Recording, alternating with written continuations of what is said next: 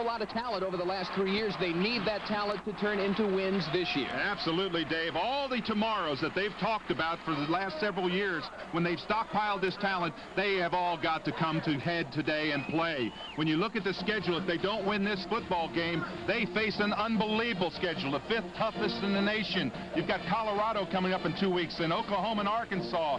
Tech is going to be good, Houston. So they have got to win this game to catapult them into that Colorado game. For a team that lost 4 of their last 5 games, they're very confident. The main reason they have a healthy Peter Gardere to start this year. And what a difference Peter Gardere makes when he's healthy. He actually got his start in this game, although he did not start the game last year against Penn State. But look what it's like when he is healthy. 63% completions, and then all of a sudden he got injured, and boy, they went right downhill after that. So they've got to be happy for him to get out there and play today. This is the silver season, 25th season as the head coach here at Penn State for Joe Paterno. When people talk about what they want college football to represent, emphasis on education, on winning, having fun, this is what Joe Paterno tries to personify here. Well, every time you talk about Penn State, they kid about the uniforms. They call it Linebacker University, but really, Penn State is Joe Paterno in that 25th season. 83,000 plus. This will be the 72nd consecutive sold-out house at Beaver Stadium. We're back for the kickoff. The Longhorns and the Nittany Lions on Raycom. Beaver Stadium in University Park, Pennsylvania. It is absolutely gorgeous today. Temperature in the low 60s as we get set for the 4th meeting ever between these two. 62 degrees, a little breeze out of the northwest, and almost impossible to find a cloud in the sky over central Pennsylvania today.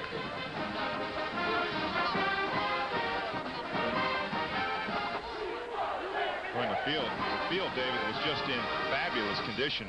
Opening game, it's a grass field, and it's going to be a very quick field.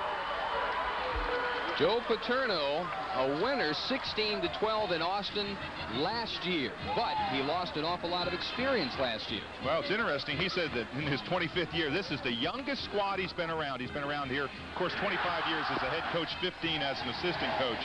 There's the series record. They lead 2-1.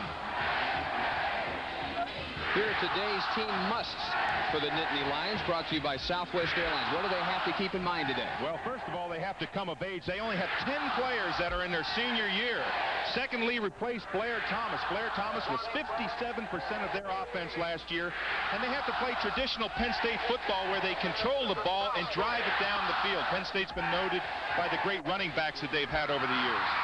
Well, on the other hand, David McWilliams with his most experienced team in his 4th season in Austin. Well, that's quite a statement right there. That shows the stockpiling of talent. We have no positions where we don't have some players who have experience, and that means playing experience. So he's got to be pleased with that aspect of the game. And the Southwest Airlines team musts for the Horns. Well, first of all, not put their defense in bad field position. Don't give it up in your own territory. That's so vitally important.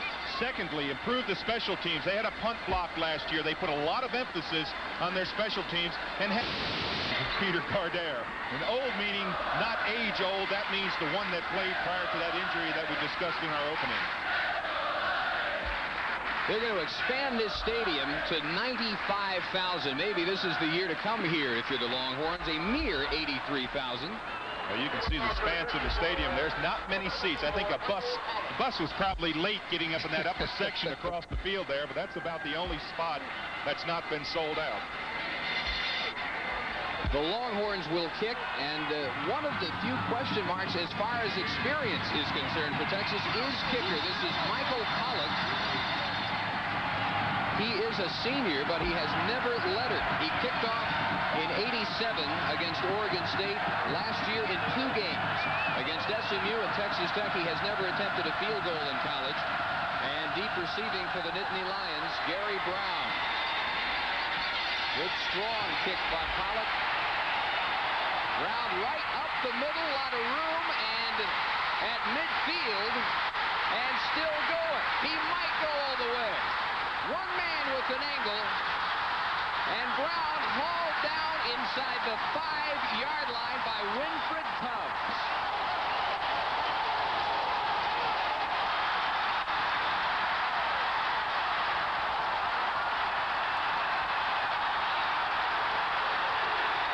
What a way to open the season if you're Penn State.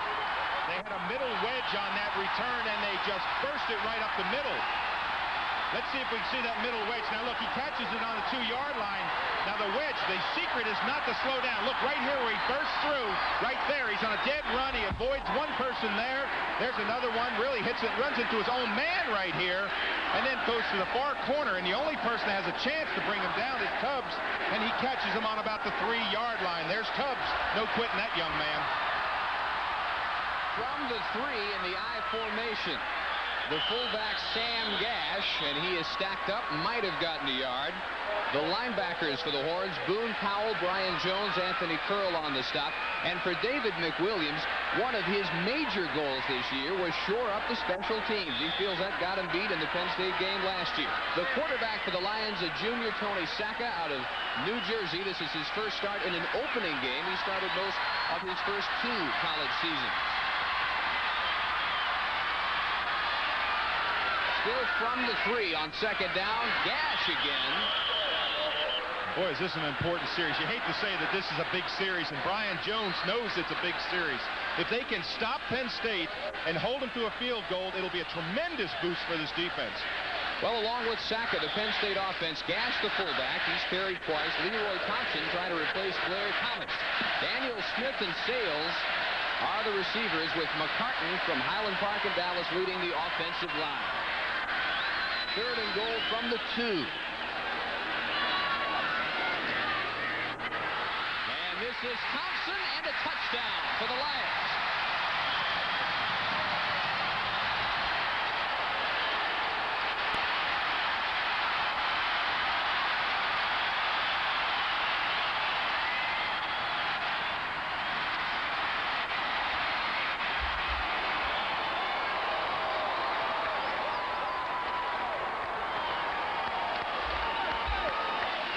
Play of the game.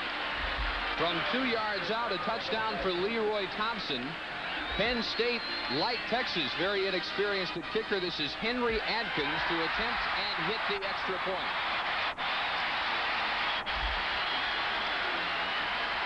Well, this is just power football. You're going to see it go to the left of your screen. See everybody going left to the left. And it's just power football. Just get it in there. Here's another view. You'll see the hole open up right there. They try to turn it back in. That's Mark Berry turning it back in, but the linebacker just didn't get there in time. But what a way to start. Wow. Well, 1:27 into the game. 7-0 Lions. We're back. 83-yard opening kick return by Gary Brown. 3 plays. Thompson takes it in from 2 yards. Less than a minute and a half into their 1990 season. The Horns trail 7-0. Well, we talked in our opening about the coverage and the special teams, and that's a major part of the game. And they have just got to cover better than that. You can't allow them to run up there and never break stride, just burst right up in there. And you see there's David McWilliams talking with Bob Boyd, who's their special teams coach. Unlike last year, the Horns putting a lot of frontliners on their special teams for the express purpose of preventing big plays like the one they've already been burned on. Craig Vayock, a freshman, ready to kick it off for Penn State.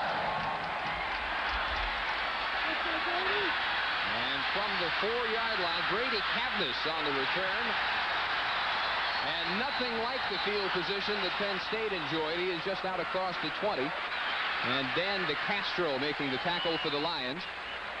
The Horns on the offensive for the first time in 1990, already trailing 7-0. 18 yards on the return by Cavness.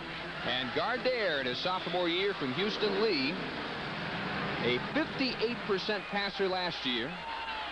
13 of 23 in this game off the bench a year ago, including a touchdown. You're going to see all kinds of different formations from Texas this year. Adrian Walker, their leading rusher a year ago, skirting left end. He's got a nice first down gain, 7 or 8 yards up to the 29-yard line. Leonard Humphreys brought him down. 8 yards for Walker. The Texas offense with Gardere, Phil Brown, a redshirt freshman, Walker a sophomore, Johnny Walker with the single season record 55 catches a year ago, and the cash wins at flanker and tight end. Up front, Johnson, Miller, Smith, Boyd, and Thomas. If there is a question mark about the offense, it is in the offensive line. Out of the one back, again, Adrian Walker. for a loss back to the 22. Boy, when you get penetration there, and Penn State gets penetration, there's no way that he can run around this. Watch this angle here. See, watch it. They get stuffed back there. That's Thomas getting pushed back. They just can't get around the corner. And when your lineman's going backwards, there's nowhere to get around.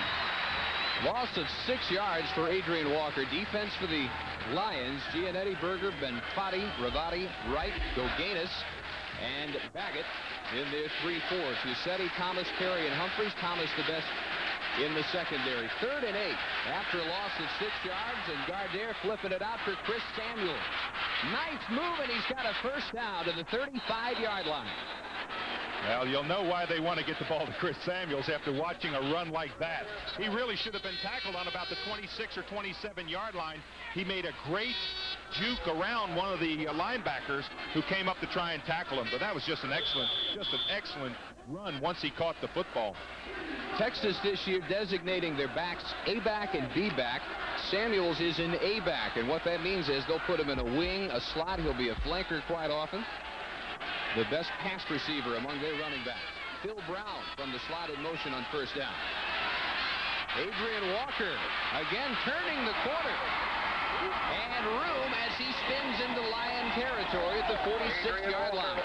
And let me bring up a good point here, Dave. One of the things that has happened is David McWilliams has got his team back in their composure. They didn't lose composure, and that is really an important thing. When you burst a kick like that and all of a sudden Penn State scores, there's a real tendency to lose your composure, and Texas has not. They have kept their composure. That's good coaching and good leadership by Gardere. 18 yards on the game for Walker, who challenged the freshman rushing record of Earl Campbell last year. From the 47, play action for Gardere, and he's flipping it out, and it is incomplete, intended for Johnny Walker. Had to go up for that one. He was well defended by Greg Fusetti, the right corner. And a man down for Penn State. Hard to pick up his number at this point. And maybe Fusetti. It might be the man who made the hit. I think it is. I think that is the cornerback, Fusetti. He is a senior from Beaver Falls, Pennsylvania. They were able to move Willie Thomas from corner to safety because they like his potential and ability at the corners. So we got a stoppage of play with 11:58 in the first quarter, 7-0 Penn State. The Penn State Junior Lions and their fans would like to welcome Coach David McWilliams, the Texas Longhorns, to their fans to Beaver Stadium. Not Fusetti. We finally got a look at the full jersey, and it's number 25, Thomas, who's going to come away hurt. I think what happens here, he gets hit in the head. You see right there where he comes across and catches, looks as if he catches a knee in the head. Really, on that play, Johnny Walker was the one who should have gotten hurt. The way he came down, looked as if Thomas caught a knee in the side of the head, but he was up and ran off the field, so good sign. Pass, of course, incomplete, so 2nd and 10. Good protection for Gardere. He flips it out. The ball is dropped at the 42. Intended receiver over there, Samuels, normally very sure-handed. Here's a look at scores of other games around the country on the Dr. 3-0 for the Panthers in the first quarter.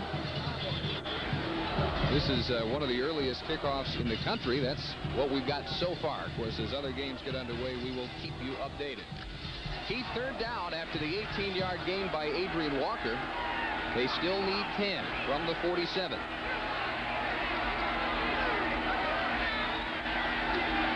And again, the protection excellent for Gardere. Ball is caught by Walker. First down at the 29.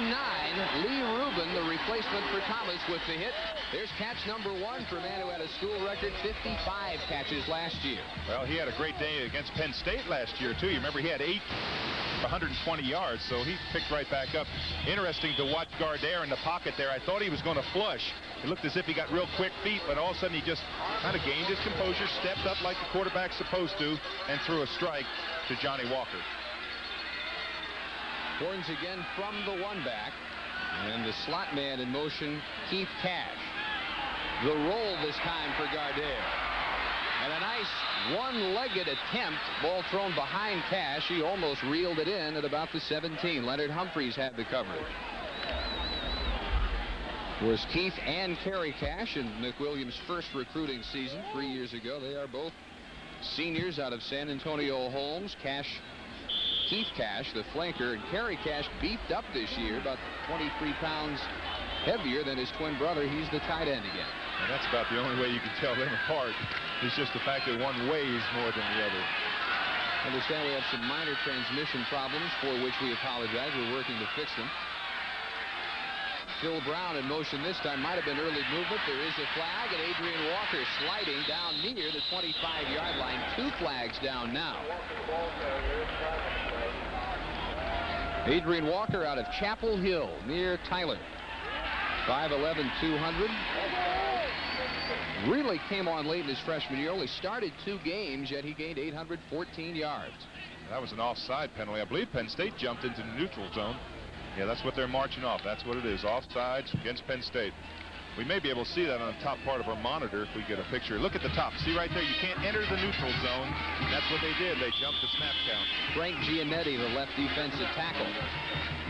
One thing that Texas is going to have to get used to, and that is running on a grass surface. And that's quite a different feature. We don't have many teams in the Southwest Conference that they play against that run on natural grass. Well, none.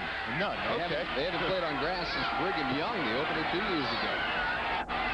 2nd and 5 from the 24. And Phil Brown looked to have what they needed for another first at the 17. Keith Goganis, the senior inside linebacker, number 42 with the tackle. They really like his potential. He had a great spring after a redshirt year. Yeah, well, he's a north-south runner, and listening to Lynn Amity yesterday say he's a north-south runner. He doesn't run wide trying to get to the corner. That's the east-west, so to speak, runner. He runs north-south. In other words, he gains ground when he runs. Ground for 8 yards. Both Keith Cash and Walker are wide to the right as the horns go from the I. And again, it is Phil Brown. Outside speed, turns it up. 5-yard line, and a flag down at that point. Well, this is just an excellent run. Phil Brown makes good decisions when he runs. We'll have to wait and see what the call is. I think it's going to be holding against Texas. Looked as if the wide receiver was holding the cornerback on the play. It's going to come back. It is holding. We may be able to see that on the tail end of this play, but watch the decisions by Phil Brown. Now, right here, you want to come back inside. Right there, he's going to make a dip. Nope, it's not inside, so he goes back out around the outside. Now, the holding is in the left part of your screen right there. That's what they called holding, right there on the 10-yard line.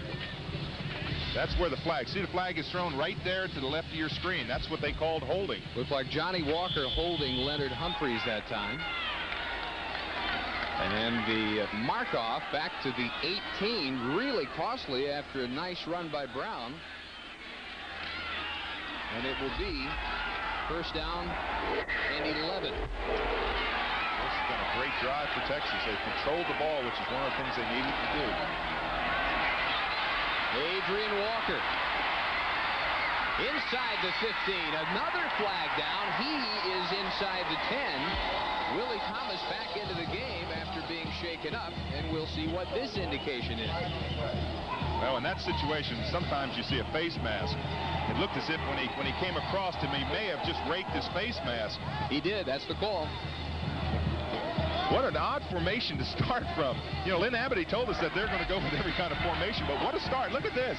2 backs down here at the bottom, 1 in the tailback position. There's the pitch. You've got great angle. Right now, you've got everybody outflanked. See, everybody is blocked. Let's see if we can see the face mask. It's not here. It's coming up right in here. That's the face mask penalty. Well, that's a great shot. Darren Perry, they call him the hero position.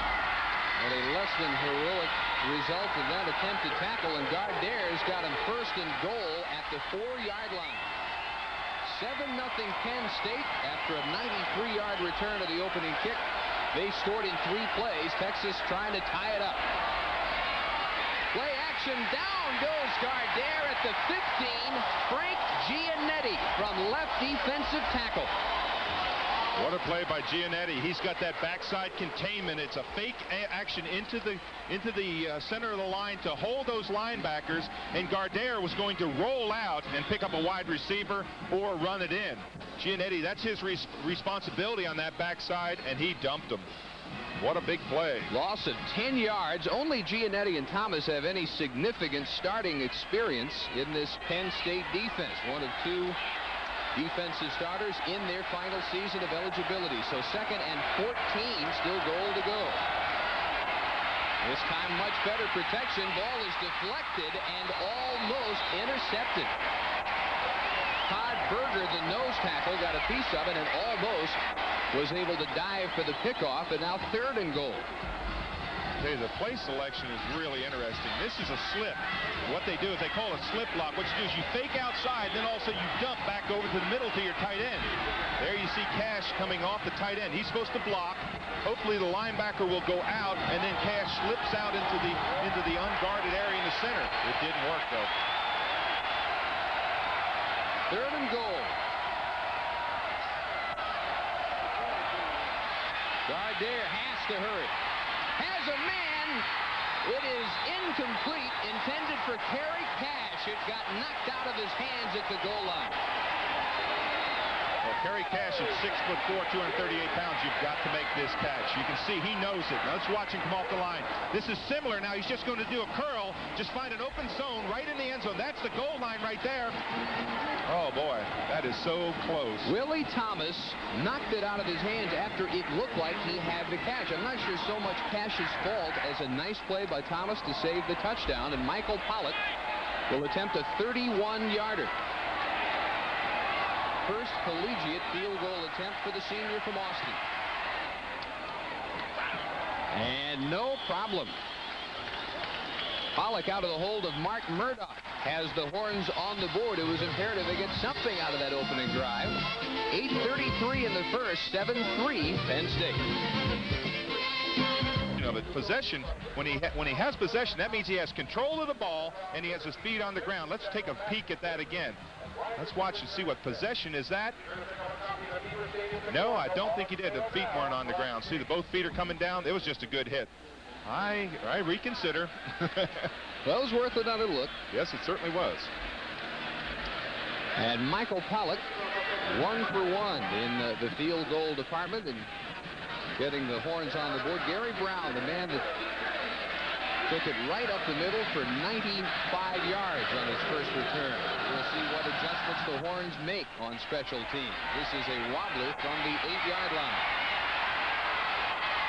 Much better, although still not bad field position for Penn State. Out across the 30, and Jeff Higgins was there for the tackle. Well, Tony Sacca had to only take it in from 3 yards on their first drive, and it took him 3 cracks. 23-yard return this time, and from the 30-yard line, the junior quarterback from Delran, New Jersey. If they've been critical about Sacca throughout his career, it's had to do with a very low completion rate, only 41% last year, and a career 39% passing.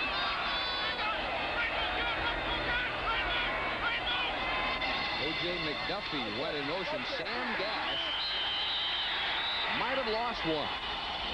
Oscar Giles, Brian Jones, Boone Powell combining for the hit on Gash, the fullback. And along with that trio, Dronette, Patton, Jeter up front, Powell along with Jones and Anthony Curl as the linebackers. Barry, Gunn, Richard, and Cavlis, much maligned secondary for Texas. They think that's going to come to an end with finally some experience back there. They gave Gash 2, 2nd and 8. And on play action, Sacca with time. Flag down, and he's incomplete, intended for Gash. The ball broken up by Anthony Curl. Well, 2 things are going to happen on this. First of all, it's going to be a holding call against McCartan on Oscar Giles on the top. That's got to be, because that's where the referee looked the entire time. It is very important for Giles to play well. He has got to get a pass rush. The other big person that has to play, you see him in the middle of your screen there, well, he just walked out, is number 60, Brian Jones. He has got to come into his own. He has got to play consistent, tough football. He's looked very good in these first 2 or 3 series. First 2 series, I should say. Frank Shepard, the referee, with the holding call. At the conclusion of today's game, Dave and I will announce the Southwest Airlines player of the game. This will be 2nd and 18 for the Lions. They mark it at the 22. Well, you know, you don't come to Texas and wear number 60 and don't play well. Tommy Novus got it started. Britt Hager after him wore 60. Jones inherited that number last year after transferring from UCLA.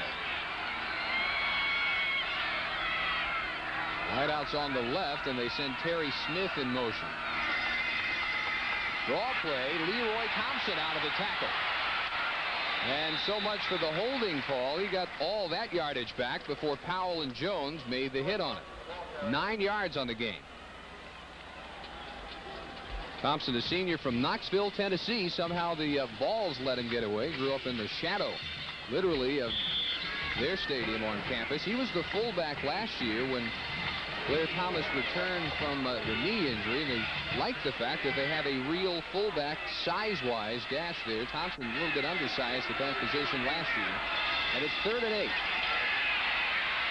Saka under pressure delivers to McDuffie and out of bounds at the 47. Mark Berry with the tackle, 1st down yardage with another flag down. And boy, oh boy, did Mr. Saka ever get hit on that play. Lance Gunn came, and he's got the outside containment, and he just drilled Saka on that play.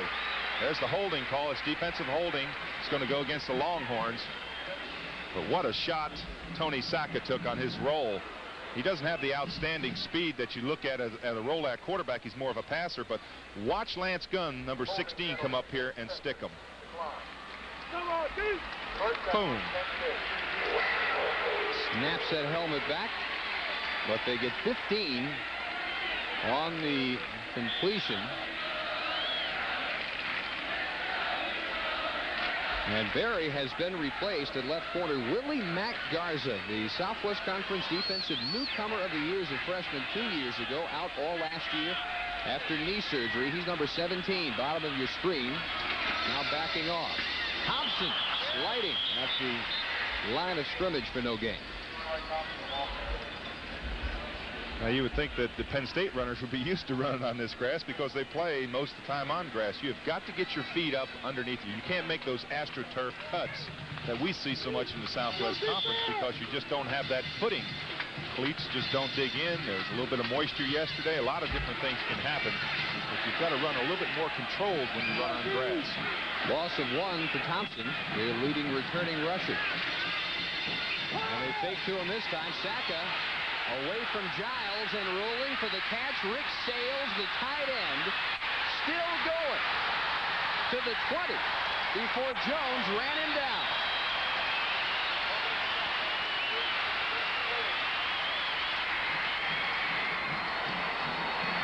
First collegiate catch by Rick Sales, a sophomore from McKeesport, Pennsylvania. Well, when you lose containment on defense, and that's what they do here, they lose containment right there.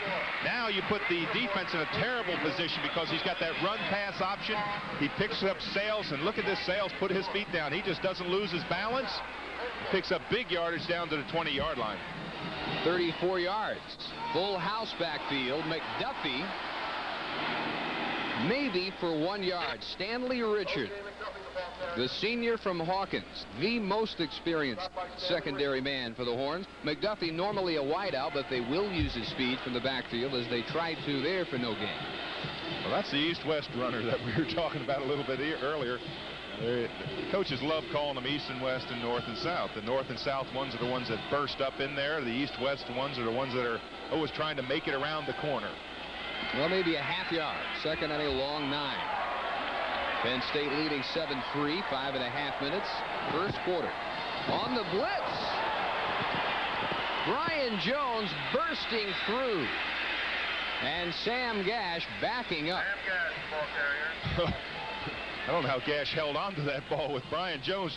He timed it perfect. He just snuck right through the guard center gap. He was untouched. And just as Saka handed it to Gash, Jones handed it to Gash also. If he's in a split second earlier, he goes the other way for 6. Right. Or he's offside. Right.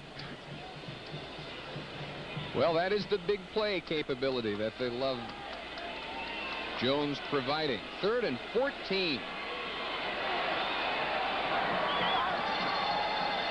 This time Powell on the blitz, and Saka airing it out, almost hauled in by Sales. He was man-to-man with Richard, and Richard was right with it. Boy, and that is just an excellent play by 2 good athletes.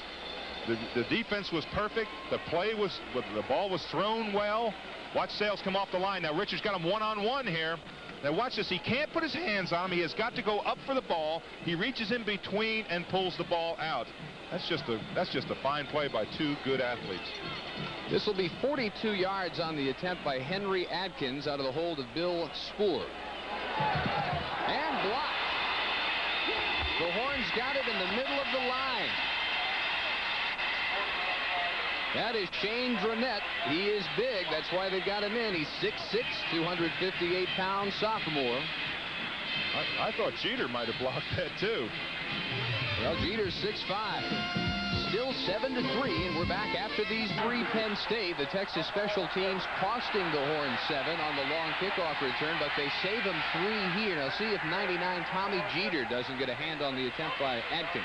Watch the right of your screen. You're going to see him just break through the seam, and there's the arm up. Look at that. They just caved that offensive line in. That right guard looks like he's blocking over on the left side. That's just great penetration. Of course, Jeter with that great strength, 6'5", 263, and he is really put together. 81-13 and 3 all-time in openers, but they dropped their last 4 by a combined score of 136-35. Some blowouts for the Horns. They're trying to recapture their opening day magic, and they go 1st and 10 from the 25, and it's caught by Johnny Walker.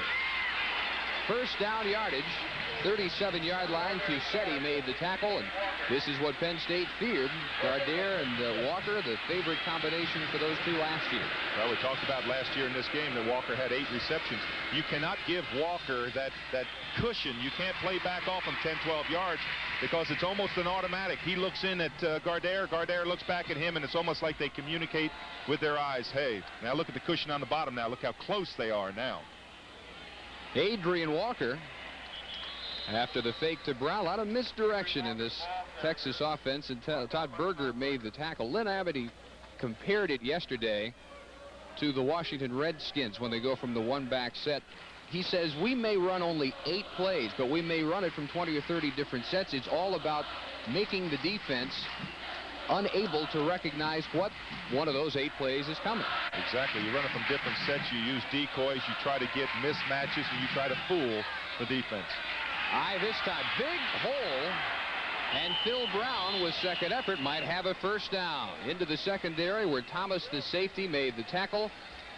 They have to measure, and it looks like 3rd and short. 8 yards on the game for the redshirt freshman from Commerce.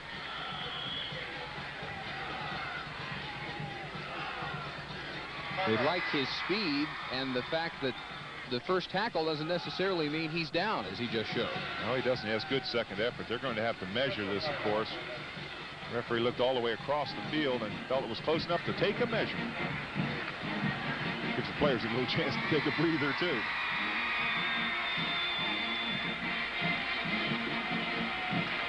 Well, maybe the length of the ball, maybe 2. It will be 3rd and less than 1. Penn State taking a secondary man out, Fusetti, and inserting an extra linebacker, 94 Eric Ravati, and Gardere getting the word from the sideline. Now what you want to do is you want to come out and change your cadence in here. You either change your cadence, try and draw them off sides, or else you have confidence in your back and you just say, we're going to come at you. Johnny Walker out of the game. Extra tight end Stephen Clark is in. He missed all of last year, the foot injury. There is the sneak. Oh, that's a good play. Let me tell you what that play is. We used to call that play the goose play. And what you do is you come up as a quarterback, and it's a combination between the center and nobody else knows the snap count. Now watch, see, he looks around. Now watch his hands. He's just going to kind of goose the center a little bit, snap it, boom. Whoop. Now he bops. Oh, I didn't see the fumble. Well, see, he's supposed to just kind of feel up underneath him, and boom. He didn't get it, and the Horns want to go for it. They are still in their end of the field. They're going to remeasure it. This is marked at the 47.5-yard line, so Gardere, because of the bobble, did not quite get what he needed. Now, 3:19 to go, first quarter in your own end of the field. Trailing 7-3. How much do you gamble this early? Well, first of all, you remember one of our musts, don't give the ball for Texas to win, was to not give the ball up in bad territory. I almost think you have to punt it. I really feel this early in the game, you're playing well. I think you have to punt the football. Well, McWilliams not quite as worried about punter as he was place kicker coming into this year. That's Alex Waits. He was second in the nation as a freshman back in 1986. Hamstring problem the last 2 years. He is a senior from Plano East. They got 10 men up on the line of scrimmage, and they're coming after him. Of course, a block punt recovered in the end zone won this game for the Lions last year. Low liner from the left middle. Always seems to get a great roll, and McDuffie from the 3-yard line. Not a good decision. Lance Gunn and Winfred Tubbs down on the tackle just out across the 10. You know, last year you didn't hear names like that on special teams for Texas, did you? Lance Gunn, starter. Winfred Tubbs, certainly right up there as a starter or close to it.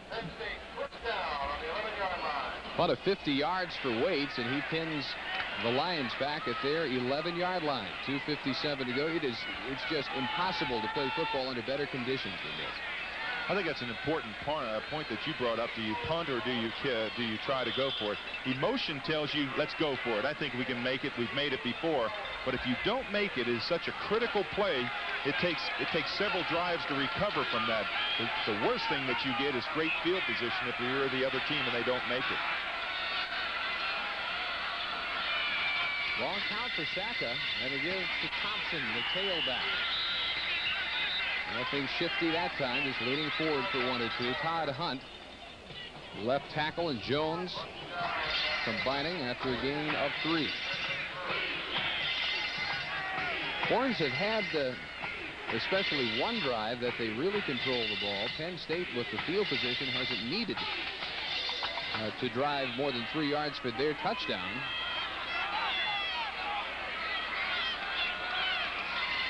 And the quick count this time. Good protection. Saka double pump and going deep for Daniels, and it is picked off by Garza. At the 41-yard line, welcome back, Willie Mack Garza.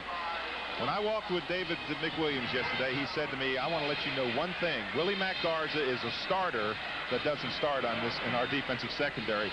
And that's what he considers him. He considers him a player that is easily able to start.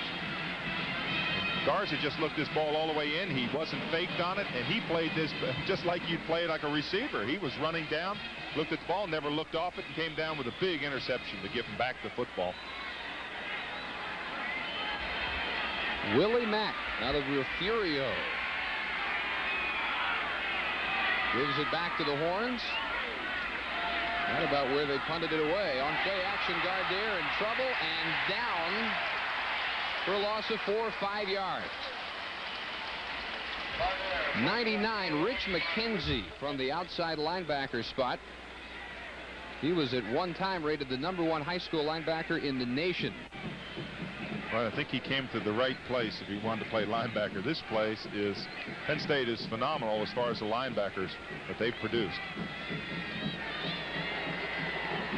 Loss was 4 yards, 2nd and 14. Movement, but Giannetti got back, no flag. And Gardere tried to get Samuels, who slipped on his cut, and that's why the timing was off. Yep, again, that natural grass, as he comes down, he's got to plant. Now watch him coming out of the backfield. He has to plant and explode right there. You see there where he makes the cut? Now he recovers, but that throws off the timing of the play. You've got to run under control on grass. It just is totally different. Well, Gardere, 58% last year, struggling a bit in the first quarter of his first game as a sophomore. 3rd and a short 15, and Gardere has the ball deflected. He tried to find Keith Cash, and it looked like Berger again got a hand on the ball.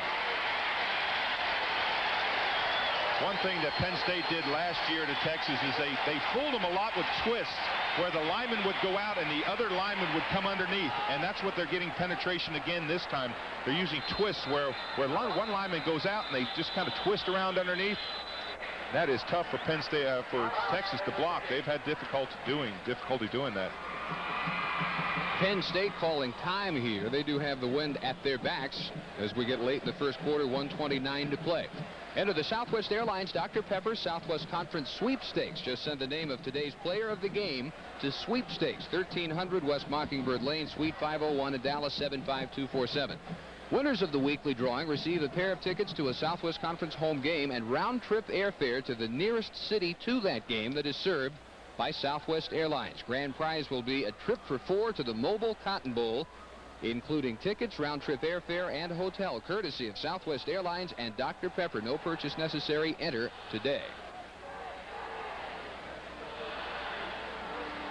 Well, at one time, this stadium resided 2 miles away from where they finally moved it. That's a little known story. It was an interesting feat. They actually moved this stadium. It was Beaver Stadium. It was by Rec Hall, which is about 2 miles away. And they moved it out in sections and it constructed what they thought was way out of town. Waits, who went for 50 on his first attempt, sails a beauty to McDuffie from the 16. And about 16 on the return. Winfred Tubbs has been all over on special teams. He saved the touchdown on the long kick return, and Penn State taking over still with that wind, and 1:19 to go in the first quarter. 47 yards on this kick by Waits. Now what Penn State has to do, and Tony Saka, is they have to get a little bit more consistency in their offense. They've been kind of sputtering. They haven't been able to get anything to complement the other thing. In other words, the run has not worked. They've gone to the pass and had a little bit of success, but haven't been able to come back and really get consistency in their offense. End around. David Daniels, a speedster from Sarasota, Florida, turns it up. Big play to the 37 of Texas. Grady Cavendish chased him down, as you will see. This is what you do to a team that pursues real well. Now there's the fake. You see everybody pursuing this way, and watch when he hands it off. There is nobody to the left of your screen. 31 yards on the end around by Daniels. He had a touchdown in this game a year ago on a 33-yard catch.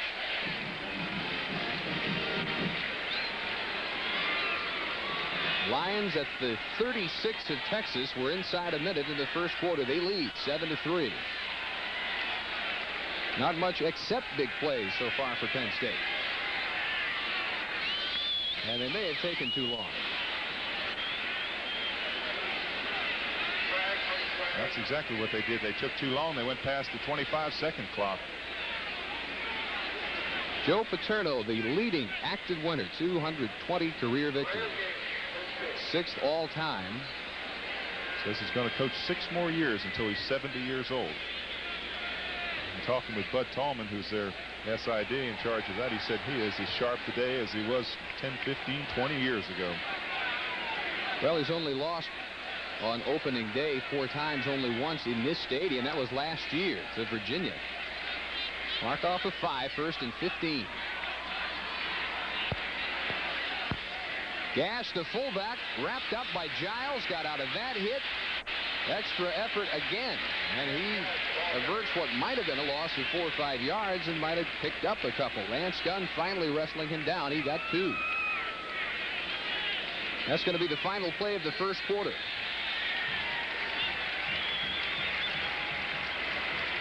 And in front of 83,000 plus in Happy Valley, 7-3 Penn State. We'll be back after these messages from your local station. Back again at Beaver Stadium, 7-3 Penn State over Texas after 1 quarter. Dave Barnett, Dave Rowe. Most of the news really for Texas was good except for the 2 big plays. Yes, the big opening kickoff that went 95 yards, and then of course that reverse that just got them down in great field position. But Texas has played very well. It's just been a very well played football game by Texas, other than those 2 errors. It'll be 2nd and 13 as the second quarter gets underway. Penn State at the 39 of the Horn. Usually throwing out a play action. Saka, incomplete, intended for Terry Smith. Pressure came from Patton and Giles, and that made Saka hurry just a bit. Well, it's so important to get pressure on a quarterback, especially a pocket quarterback, the one that sits back in there and steps up. Now, rolling out quarterbacks, you try to make them pull up and throw earlier than expected, but with a pocket passer like Saka is, you try to get pressure on him to make him just to disrupt you up in front of his face. Big play for the Texas defense. On 3rd and 13, again play action. Giles with the rush, and Gary Brown spins out of the tackle, up the side. And he might have a first down. Every time there's a tackling drill done in practice, coaches tell you, wrap them up, wrap them up. In other words, wrap those arms around them. Now watch this, it's a screen out to the flat. Now right there, it's a perfect play. Anthony Curl, and he lets just him go. Just doesn't wrap him up. That's what you've got to do. You've got to hold on and hope for help. And what a difference that makes from being a 4th down on the 37-yard line compared to a 4th down with about 1 yard to go. And they will go for it.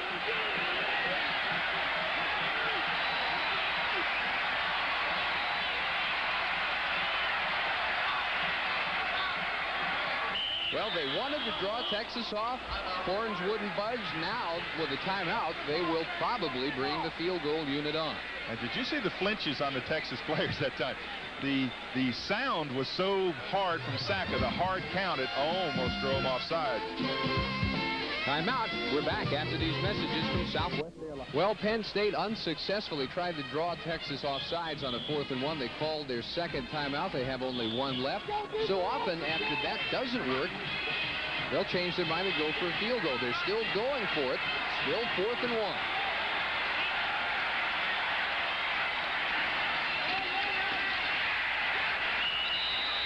Oh, boy, I'll tell you one thing. There was a hole there for a second, but it closed in a hurry. Gary Brown out of the full house backfield, and then they need to measure this. Boone Powell, I don't think he made it. With a big hit, might just have given the ball back to Texas. Where they've got it spotted now, I don't think he did. I think they had to make it to about the 26-yard line. It is going to be awfully close. They tried to go on a quick count to try to catch that defensive line rather than allow them time to, to kind of collect themselves. They tried to go on a quick count, and the hole was there for a second, but boy, it closed in a hurry. He didn't get it. Joe Paterno turns around and said, he should have gone over the top. Watch the hole here. It's going to be the bottom of your screen. Now watch. Right in here. The hole is open right there, and watch how quickly, now right there. Now look how quickly it closes. There's Brian Jones in there. He was the first one in there. Lance Gunn also. The big play that Texas's defense needed after they've been burned on a couple of big plays. Still 7-3. Now we'll see if that turns into a spark for the offense. Stephen Clark in at tight end. Now slot. And Adrian Walker run down by the hero, Darren Perry. What exactly is the hero in the Penn State defense? Well, what the hero does is it's a defensive back, and what he does is he keys on certain players. Now he'll key on an Adrian Walker and go and just mirror him wherever he goes, or if they bring in, say, a Phil Brown or a Samuels on 3rd down, the hero will guard that man particularly. Wherever he goes, he just mirrors that one man. The rest of the defensive backs, they all play a zone or a man-to-man coverage, but he just all the time zeroes in on that one back that he's assigned to. Well, they lost 2 trying to turn the end. Chris Samuels has checked into the Texas backfield.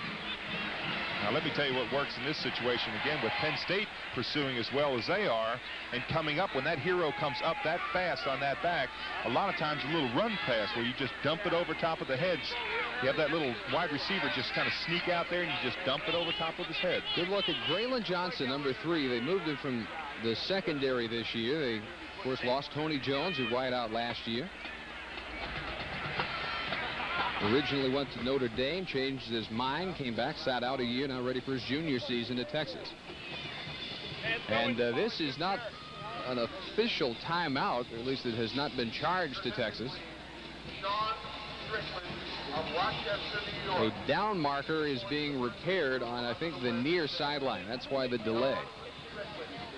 Let's take a look at our Schick's storyline for today's game. Well, of course, it's the 34-yard field goal by Pollock on the blocked field goal attempt. That was a big play, the blocked field goal attempt for Penn State. Of course, they've had 2 plays, a 95-yard kickoff return, and the other one, the reverse that went so far. As they work on it, so many ifs. Texas last year, if a half dozen plays had gone differently than they did, might have had an 8-3, maybe 9-2 season.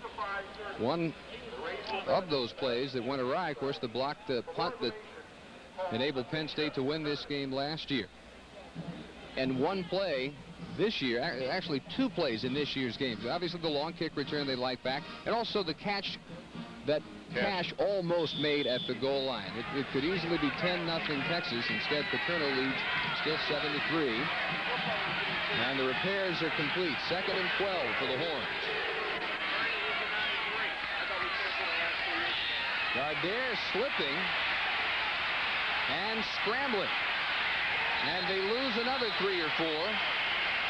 Keith Goganis, senior from Virginia Beach, Virginia, made the stop on Gardere. And one of the things Gardere has got to do is mix up his snap count. If you're watching how fast the Penn State linemen are coming off the ball, linemen are keyed to come off movement, but a lot of times they get in a pattern when the quarterback continually comes up and calls it on, say, the second sound, cut, cut. They just get geared that way. So you want to mix up that snap count so they don't get a running start on you. They say he got back to the line. This is 3rd and 12. Much better protection. A look over the middle and a catch. And a first down to the 43-yard line for Derek Duke, a sophomore from Houston, Reagan. Duke, the designated home run man last year. 4 catches all he had, but he averaged 29.5 yards. Well, this is zone coverage. Everybody trying to find a zone, and you'll see Duke just break in front. The defensive safety cannot give that much room. You just can't let a man come down and run 15, 18 yards and do a curl in, and you'd be 5, 6 yards behind him. That connection good for 18. And Gardere spotting some room, not all that much, up to the 45. Mark D'Onofrio, 38 for the tackle. He was supposed to be a starter for Penn State at linebacker. He was demoted not to the 2nd team, to the 3rd team. They call that a motivational demotion for D'Onofrio. Maybe he got the message. He had 11 sacks last year. They lost Andre Collins at linebacker. He was a draft pick of the Washington Redskins. D'Onofrio, they projected to be what Collins was to them last year. Giannetti moving quite a bit in this game. They may have caught him again. Oh, boy, what a good play by Todd Smith. As a center, when you're down there and you're over top of that ball, you have got to see movement. And when you see one of those defensive linemen jump into the neutral zone, you don't just wait for the snap count. You automatically snap it. Now, Gardere, the problem that he has is that he's not ready for it, and he bobbled the snap again. But heads-up move there by Todd Smith to get the free 5 yards. Gardere was lucky to hold on to that ball when it came up. But you got to guess right if you're the center. Todd Smith, a former walk-on defensive end. They have turned him into a very solid center as his senior year unfolds. After the mark-off, 2nd and 3. And Adrian Walker looks to have the yardage needed to the 45 of Penn State. Lou Benfatti, the right defensive tackle, made the tackle. Walker got 4 and the first. You know, we talked about play selection, and they signal the plays in. You can see there Gardere looking to the sideline to figure out what the play is. They signal them in from the sideline. He has more leeway to call audibles if he sees the defense stacked against his play.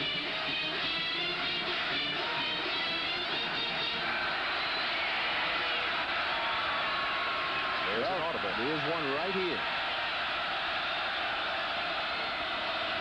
And he calls on Walker again. Bad footing has hurt both teams. And Walker slides trying to cut this time. Well, you just get so used to running on AstroTurf all the time. Now, I know that Texas, of course, practices on grass some, but you know they practice a lot on AstroTurf also because they play almost all their games. But you have just got to run differently. In 1 or 2 practices, what happens is you fall back in those same habits that you've done so long. I want to pursue that. How do you teach yourself to run differently? All right, we'll talk about it. 2nd and 9. And again, Giannetti very close to being offsides. Gardere down, blasted by Giannetti. Back at the 48-yard line, so the extra tenth of a second or so he gained by the quick start pays off this time. I thought Gardere bailed out of the pocket a little bit early that time. You've got to have confidence in those offensive linemen. They were pushing those big defensive linemen around, and you've got to step up in that pocket. Gardere was thinking run along very quickly on that play. Loss of 5. Horns have had a lot of third and long opportunities in this drive. They need 14. And it's Derek Duke again, and he's got another first down. The ball loose. Lions say they have it at the 36, and they do.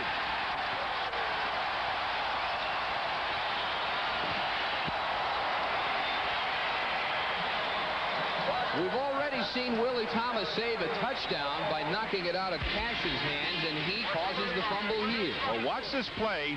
Coaches also teach you to tackle the football. Now, what you, as a receiver, you got to put it away. But see, watch this. Rip the ball out. You see the ball ripped out there?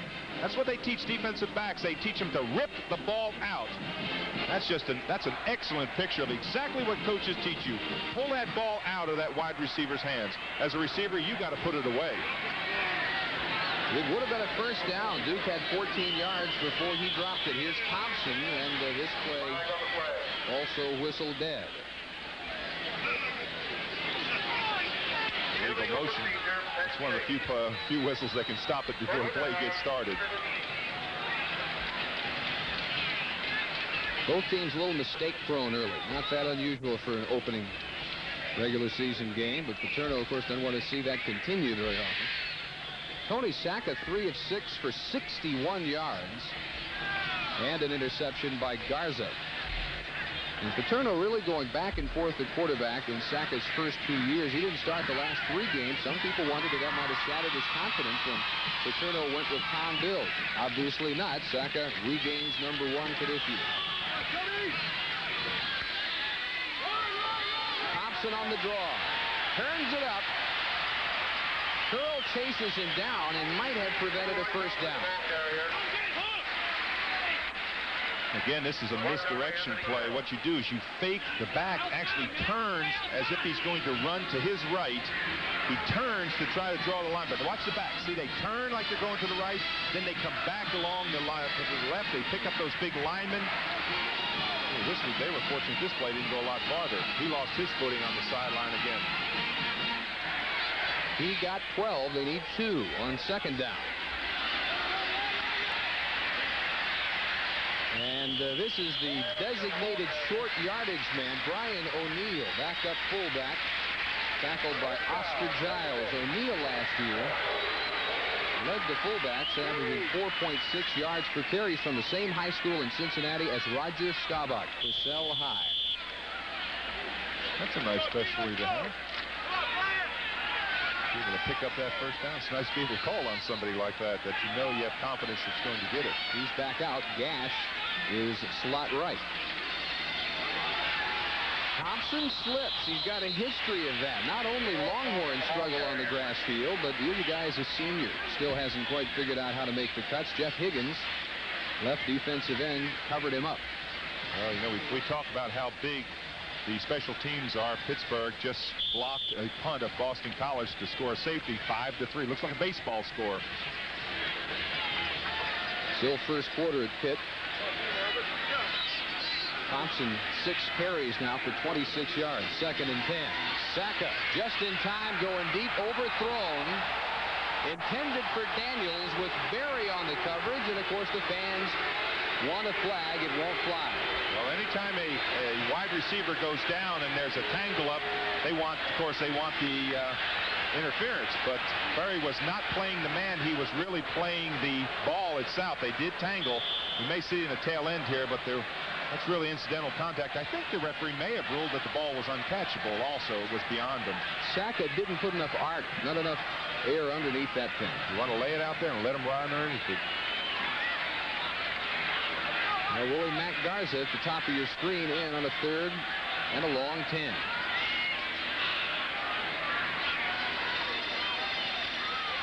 Flag down.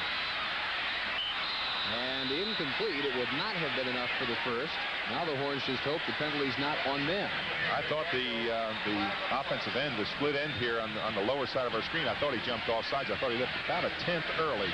The legal motion. That's what it is. Are you ever wrong? Well, yes. When was the last time? No, come on now. Well, you know, as a defensive player, you scan the field, and I do my announcing just like I'm a defensive player, and you see movement. That's what defensive players are taught to react on, movement.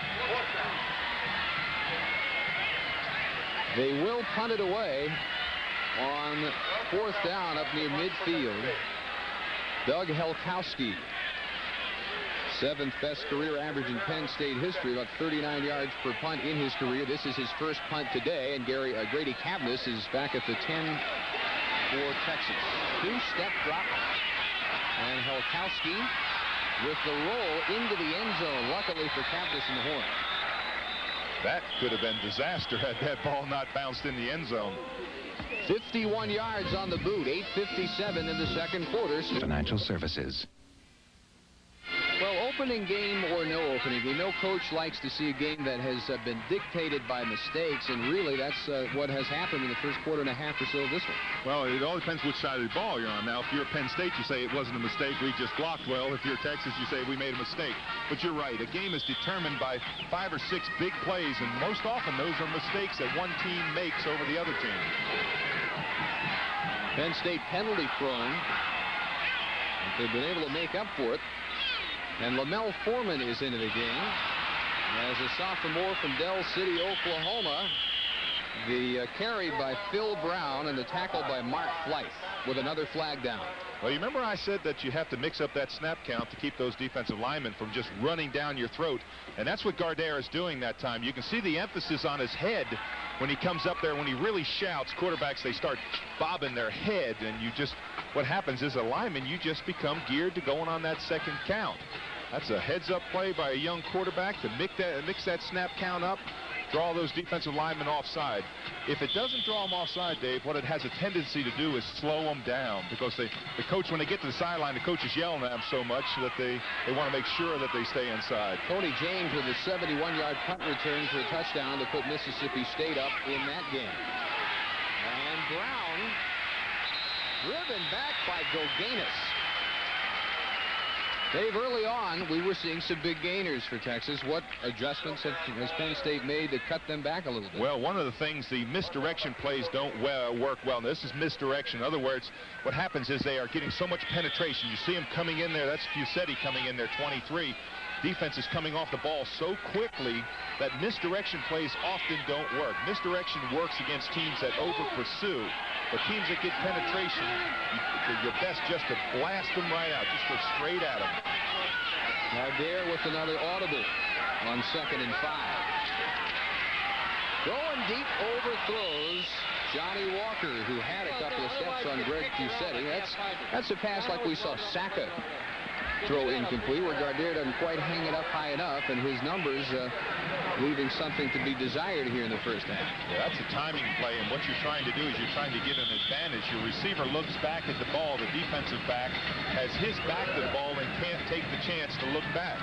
Now, having said that, good recognition by a young sophomore to change the play to that call once he sees Walker one-on-one.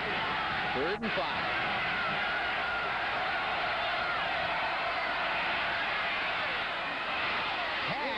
First down at the 35.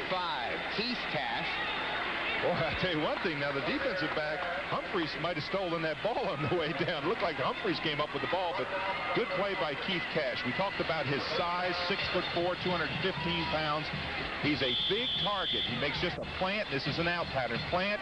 The ball is right there. Now, watch the tail end of that. You can see that, well, no, he did come down all the way with the ball, but all the way. Ouch, that's a little slap on the side of the jaw. Mark Fleith almost could have been called for face masking. 10-yard completion, first down. Brown out of the tackle.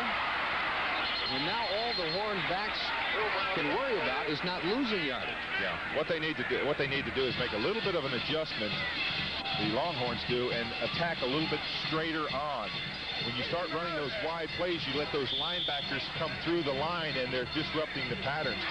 I think Texas would be a little bit better right now because they've had success attacking straight on.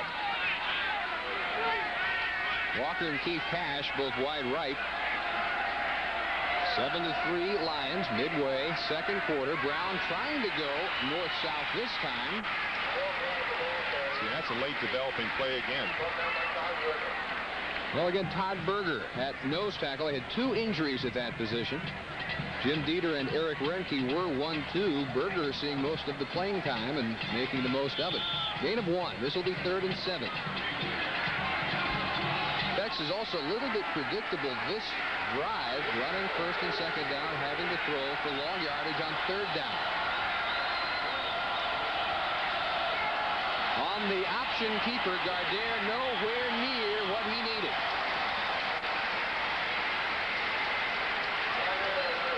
Again, we see another slip by Gardere coming down the line. It's just something. And again, we talked about the slips on the grass, Dave. What happens is on AstroTurf, you get such great footing. You can see Gardere shaking his head. He knew he slipped. But you get such great traction that you can make cuts. We watched all the players in the Southwest Conference and over the years make tremendous cuts. You cannot play the same type of a game on natural surface. It just doesn't have that traction. Waits with the win for the first time, but only a 3.2 hang time.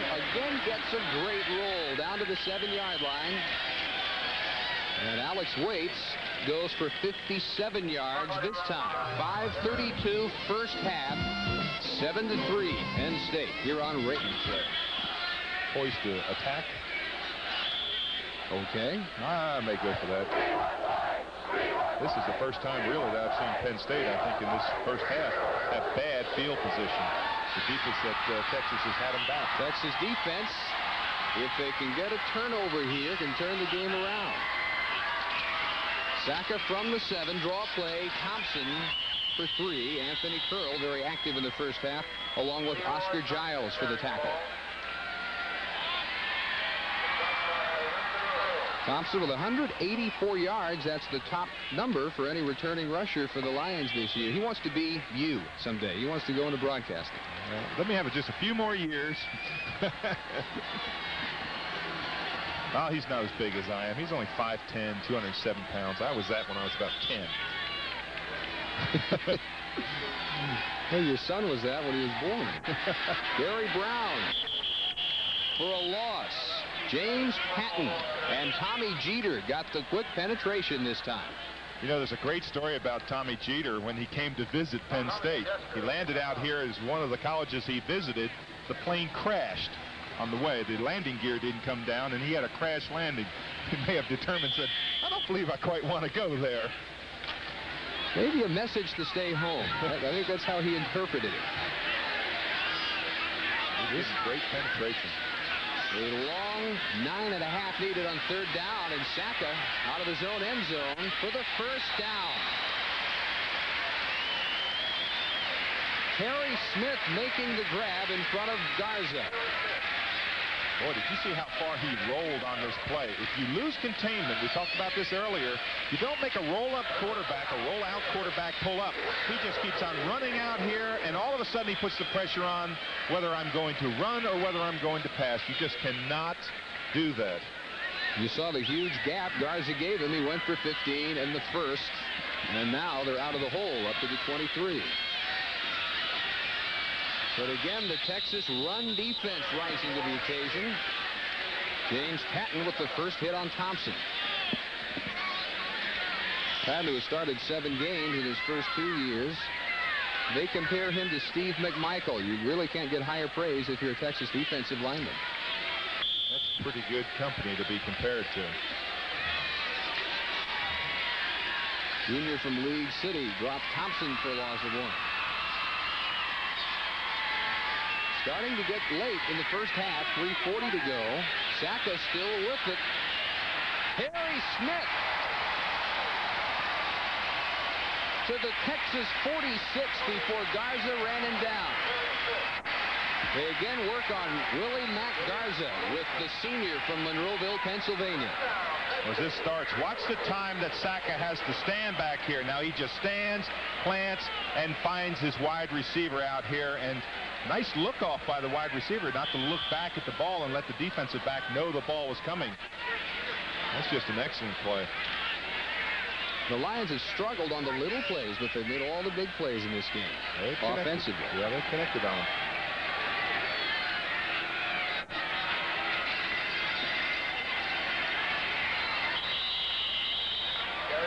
Gary Brown hit by Jeter and Giles, the right side of that Texas defensive line, and a man down for Penn State. Dave Brzezinski, the left guard. Number 55.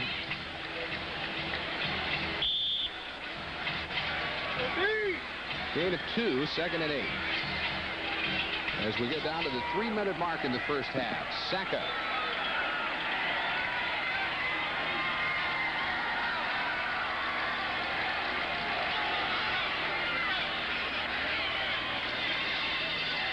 Quick give. Brown again. 2 of 3 more to the 42. And again, Patton, Todd Hunt, and Anthony Curl. Great line play. Great line play inside there. The linemen, they are evenly matched. The defensive front and the offensive front of Penn State, of course, Texas, they are evenly matched in there. What happens when you get a mismatch, you get that big bursting hole where they blow through and pick up 12, 15 yards, but you're not seeing that by either team because they're evenly matched. Each team is, of course, playing their best out here. Well, another big 3rd down. And Giles got Saka from behind. We'll see if they rule that a pass or a fumble. Boone Powell picked it up, and they say Texas ball. The ball was fumbled by Saka. I think when he was tackled, whoever tackled him hit his arm. That was Powell, wasn't it? Oscar Giles with the hit, and Powell is going to get the fumble recovery here as Giles blindside Saka.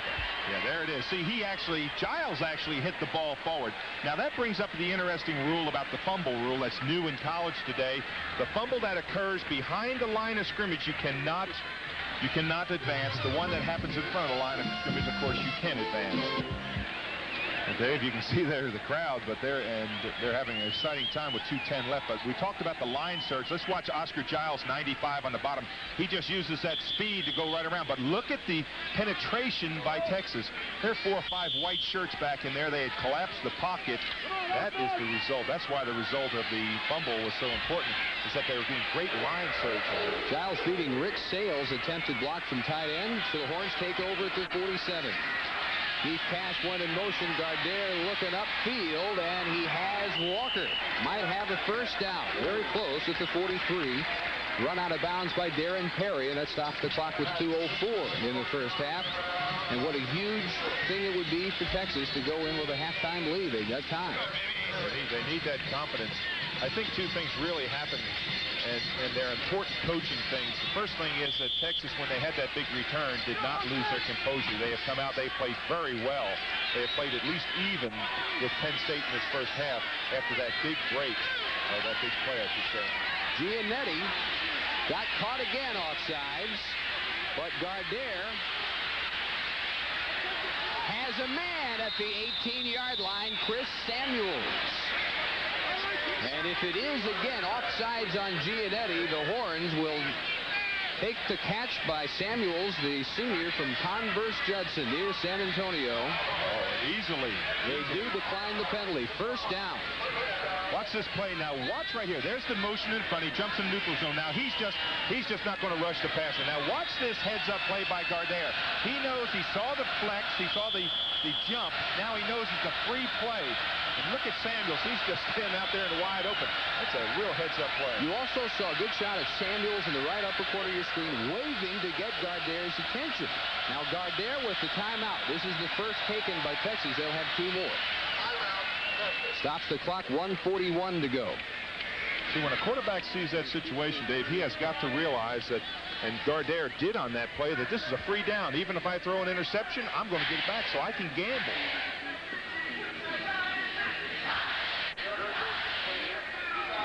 Correction on that score from Pitt. It is 12-0. No field goal, as we were first told by Boston College, and Pitt adding a touchdown after their safety. They did lead 5-0. 10-7. The Volunteers answer back after the long punt return by Tony James for the touchdown, 71 yards for Mississippi State. Stay with us for halftime. We'll watch the Penn State Big Blue Marching Band. We will meet this week's GTE Classroom Champion as well as the Southwest Conference Player of the Week, and we'll recap the first half with highlights and statistics. All this and more coming up at halftime, so stay with us. Huge opportunity for Texas. 1st and 10, the Lion 18 and a minute 41 to go.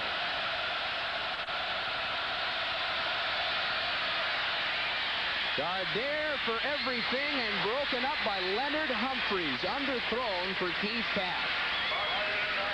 Boy, Cash goes back saying, throw that ball up.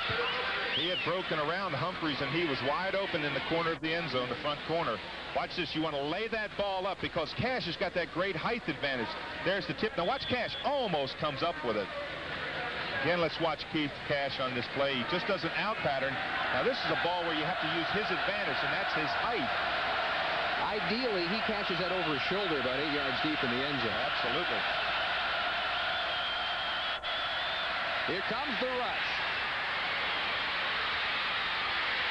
Samuels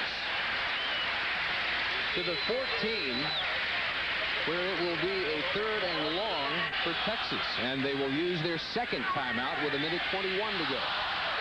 This is a good call by David McWilliams and his staff. What you want to do in this situation, it's no earthly good whatsoever to take those timeouts into the halftime with you and not use them. You call timeout here, you let all your players get a nice breath, you come over and discuss what you want to do with your quarterback, because you don't want to make a mistake. Remember what we said Texas must do, not put the defense in bad field position. Well, an opening kickoff did that. So the special teams, although they did block a field goal, have struggled. That's why Penn State has their touchdown. The old Gardere on this drive, except for the incompletion to Cash, that's really what we've seen. All right. It's a poised Texas team. It's much better. They have one more timeout, which they may use if they have to go into a field goal position. But with a minute 21 and 3rd down, if they don't make 1st down, they're going to run the clock as long as they can. Yes, Lynn Amity, the Texas offensive coordinator yesterday, is Gardere now reading your mind? Are you completely in sync? He said he's getting there. He said for a sophomore, he's much, much farther along than you would expect him to be.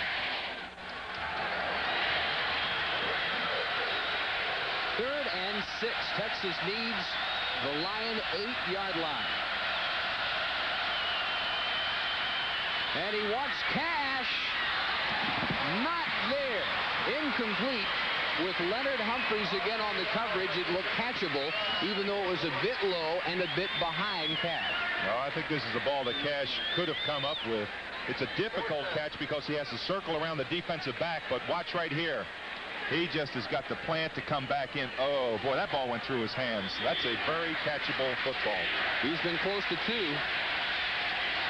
So Mark Murdoch will hold for Michael Pollock. 30-yard attempt to bring Texas within 1. And maybe all the worries about the lack of experience at kicker unfounded. Pollock 2 for 2, and it's 7-6. Gardere thinking about what might have been. Well, you don't want to come down. First and foremost, you don't want to come down and not get anything, especially when your defense has just given you a big play. So you've got to get something. They've been fortunate enough to score a field goal on that drive, but you really have got to come up with a touchdown. He had 2 very catchable footballs. The one that Gardere should have lofted a little bit more. He should have caught it in the back of the end zone. And the second one there, that's a very catchable football also. Scoring drive for Texas went 6 plays and 40 yards in just under a minute. And officially 29 yards on the Pollock field goal. Now with a minute 12 remaining in the half. Obviously, Penn State wants the best return possible. They normally would be going into a win, but the win has really died. It's not much of a factor at all. Well, if you're Texas in this situation, you want to say, hey, we played a great football game the first half of this football game, and we want to go in with, we don't mind going down 7-6. If you're Penn State, you say, hey, we need one play to break it wide open. That man right there can do it. He showed it in the first half. But what you want to do is you want to get in at least good field goal to field scoring position. You've got a lot of time with a minute and 12 seconds. Unfortunately, they only have 1 timeout there. Very good high kick deep by Pollock. Brown from the 4 turns it up with the flag down. Winfred Tubbs again runs him down at the 45-yard line. Cubs a fullback as a freshman, and this one's coming back. Penn State will be called for clipping.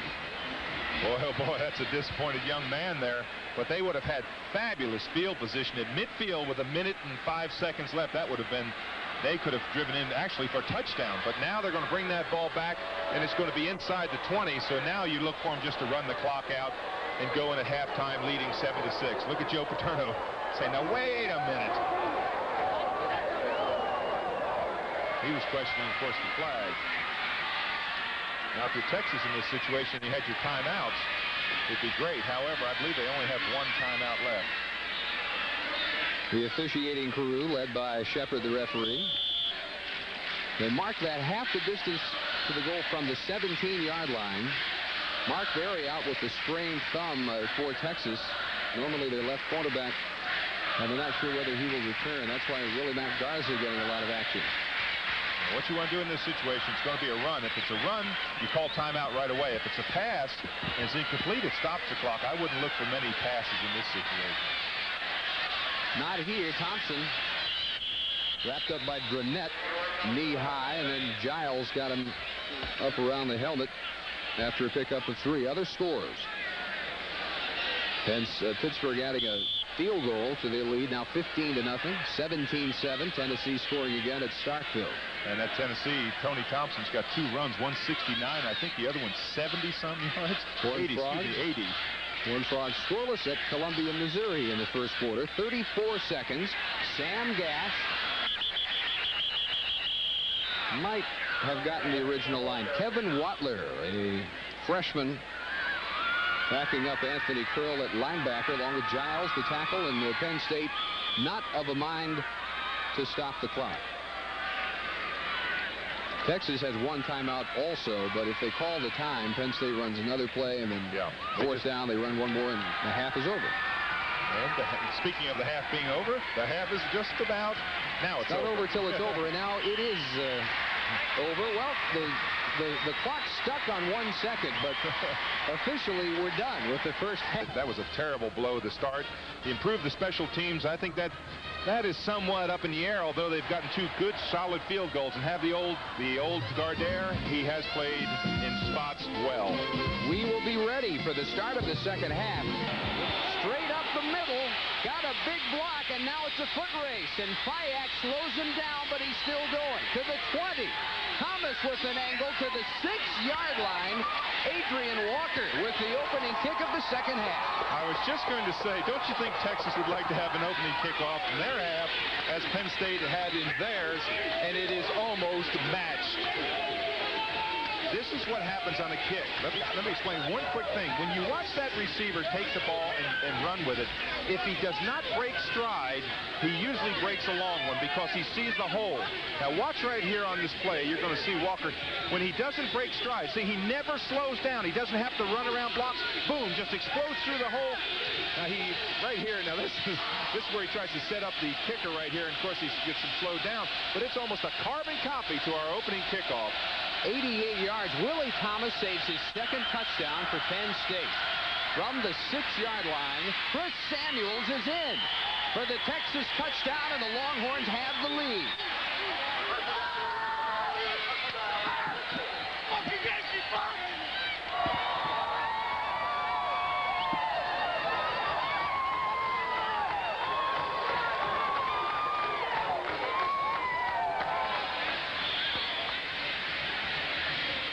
Dave, right here, there's a big decision being made whether you go for the 2 points or 1. I think they're going to call timeout to decide it. A big, big play. See, if they go for the 2 points, that makes it 14-7. And the 1 point really doesn't make a whole lot of difference to you. So you almost definitely want to go for 2 points. But they have to burn a timeout in this situation, and it's awfully early to do that. Chris Samuels on the 1st and goal carry from 6 yards out. As you see, he lines up a tailback and gets a nice clearing block by Phil Brown. Boy, he does. Look at Brown's block right there. Gosh, he just takes the corner out of there. Samuels plants, but Phil Brown's going to get a big plus on his blocking chart when he watches these films. That was an excellent block. Just a freshman redshirt. And the Horns will go for 2.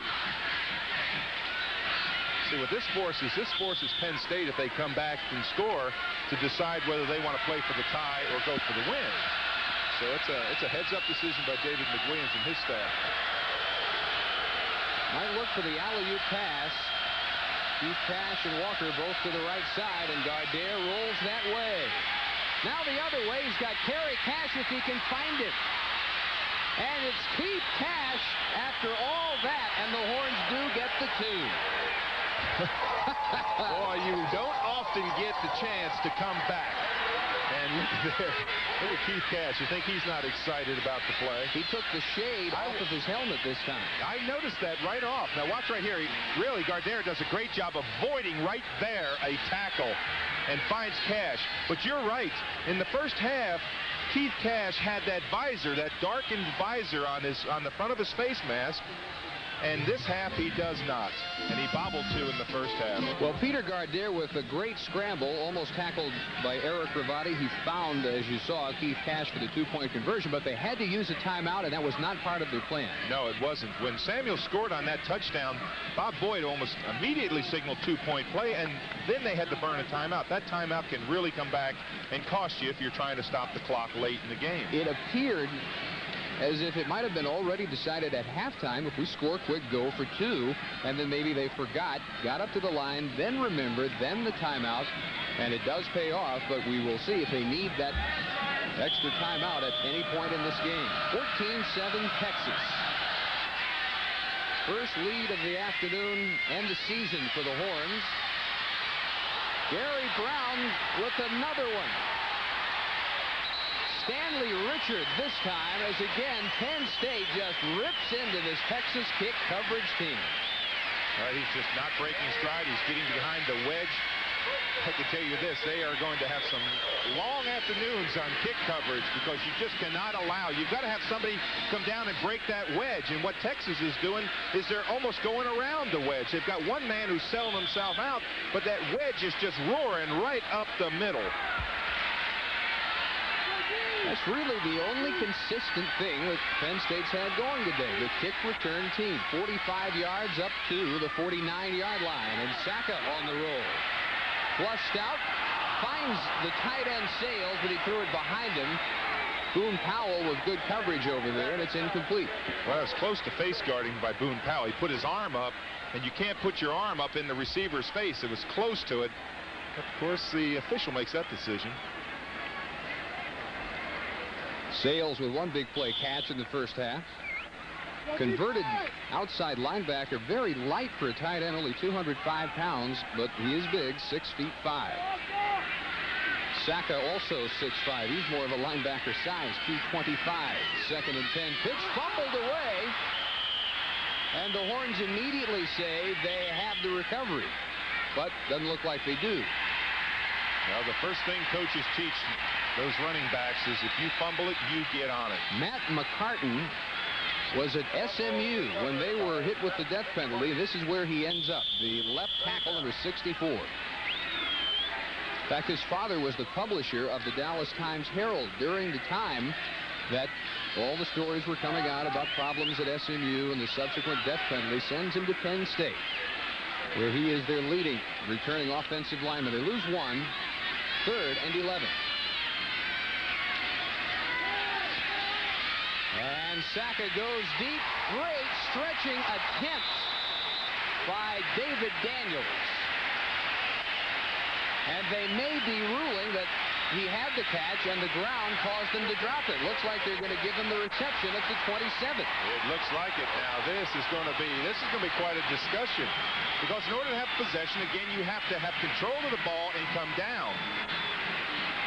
Let's take a peek at this. Of course, he's stretched out. Now they changed their mind. Yeah, you have to have possession of the ball, which he has possession right there. But you have to come down with the control, and you can see there's the bobble, and the ball is clearly laying out. Look at Saka's reaction. Oh, boy. Now, that tells you something. He saw the drop. Yeah. And then Daniels said, no, I had it. And then after Texas argued quite a bit, they changed their mind.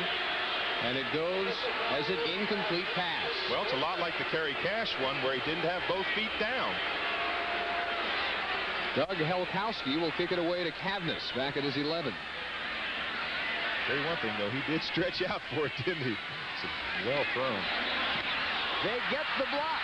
Van Malone got a piece of the punt, and it'll be out of bounds, and the Horns take over at their 38-yard line.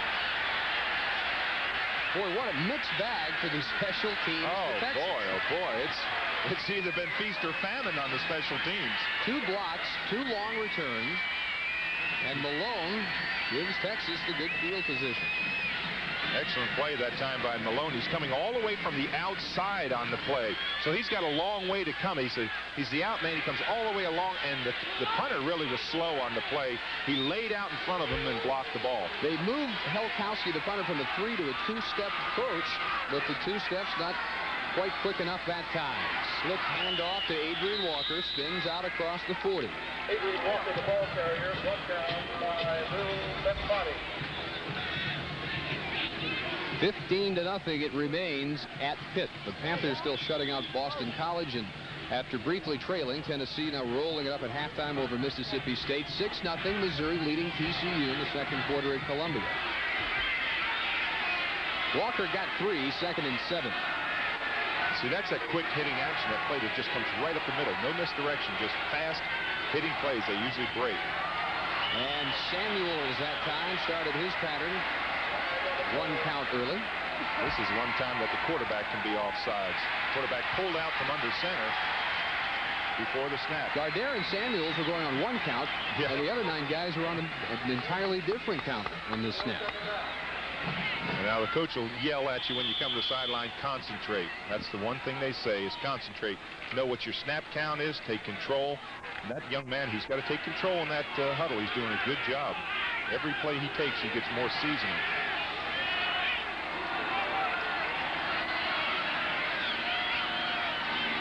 On 2nd and 12, going deep, and this time it is caught by Keith Cash.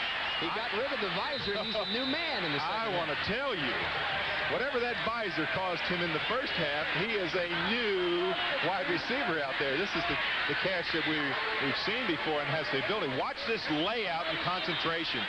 Good block there to give Gardere the time, but look at the concentration. He comes down. See, he has control of it when he comes down. Here's the isolation. It's just a post pattern, 1-on-1. Look at Cash just lay out there. He's 6'4". Tyson Thomas, 5'8". Number 1 had no hope whatsoever of defending against that type of athletic ability. And they tacked on a penalty also on the tail end of that play. There's Keith Cash. He's saying, now, if I had that visor, I wouldn't have gotten a finger in the eye, but... Big play for the Horns, leading 14-7. And it is fumbled as they try the reverse.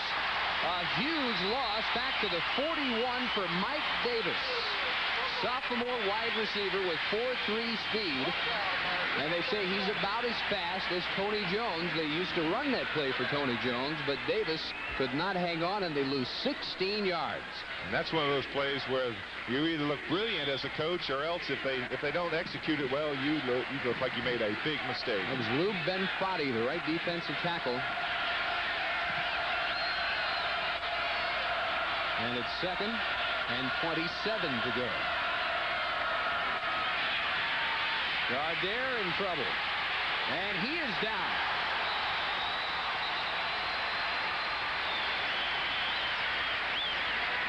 He got a little nervous in the pocket that time. It collapsed around him, and he was looking to get out. Now, watch the feet of Gardere on this play. Now, you want to have the confidence to step up, but watch the feet. Now, there's no way you can throw the ball there. You see how quickly his feet are just kind of just jittering around?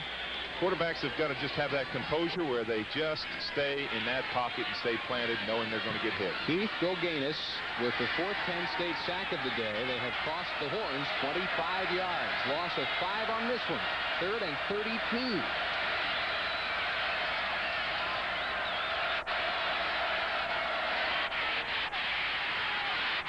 Adrian Walker. Well, to the 38-yard line, but the Horns have to think about what might have been after the great stretch and grab by Cash. Now, if they do decide to kick, it's an awfully long field goal attempt, and they won't. Alex Waits is going to punt it away. Well, that would be a 55-yard kick, and that takes quite a leg, especially when you're leading Now what Waits wants to do is drop it into the corner. Just get a nice little roll and get it out of bounds. However, he is not going to accomplish that. He averaged 50.3 yards in the first half. That's a 38-yarder, easily his shortest of the day. 10:34, third quarter. The Horn ball player starts the Horns backwards. So Penn State taking over after the touchback. Saka still with the ball. Great take, going to run it. First down and more to his 36-yard line.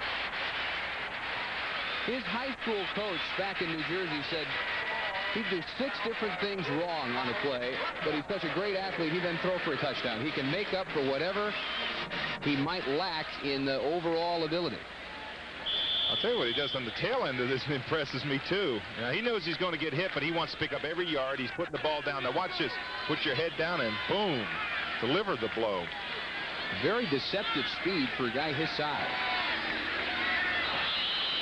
Clear that time by Gary Brown, the backup tailback, brought down by Todd Hunt and Tommy Jeter, the defensive tackles for Texas.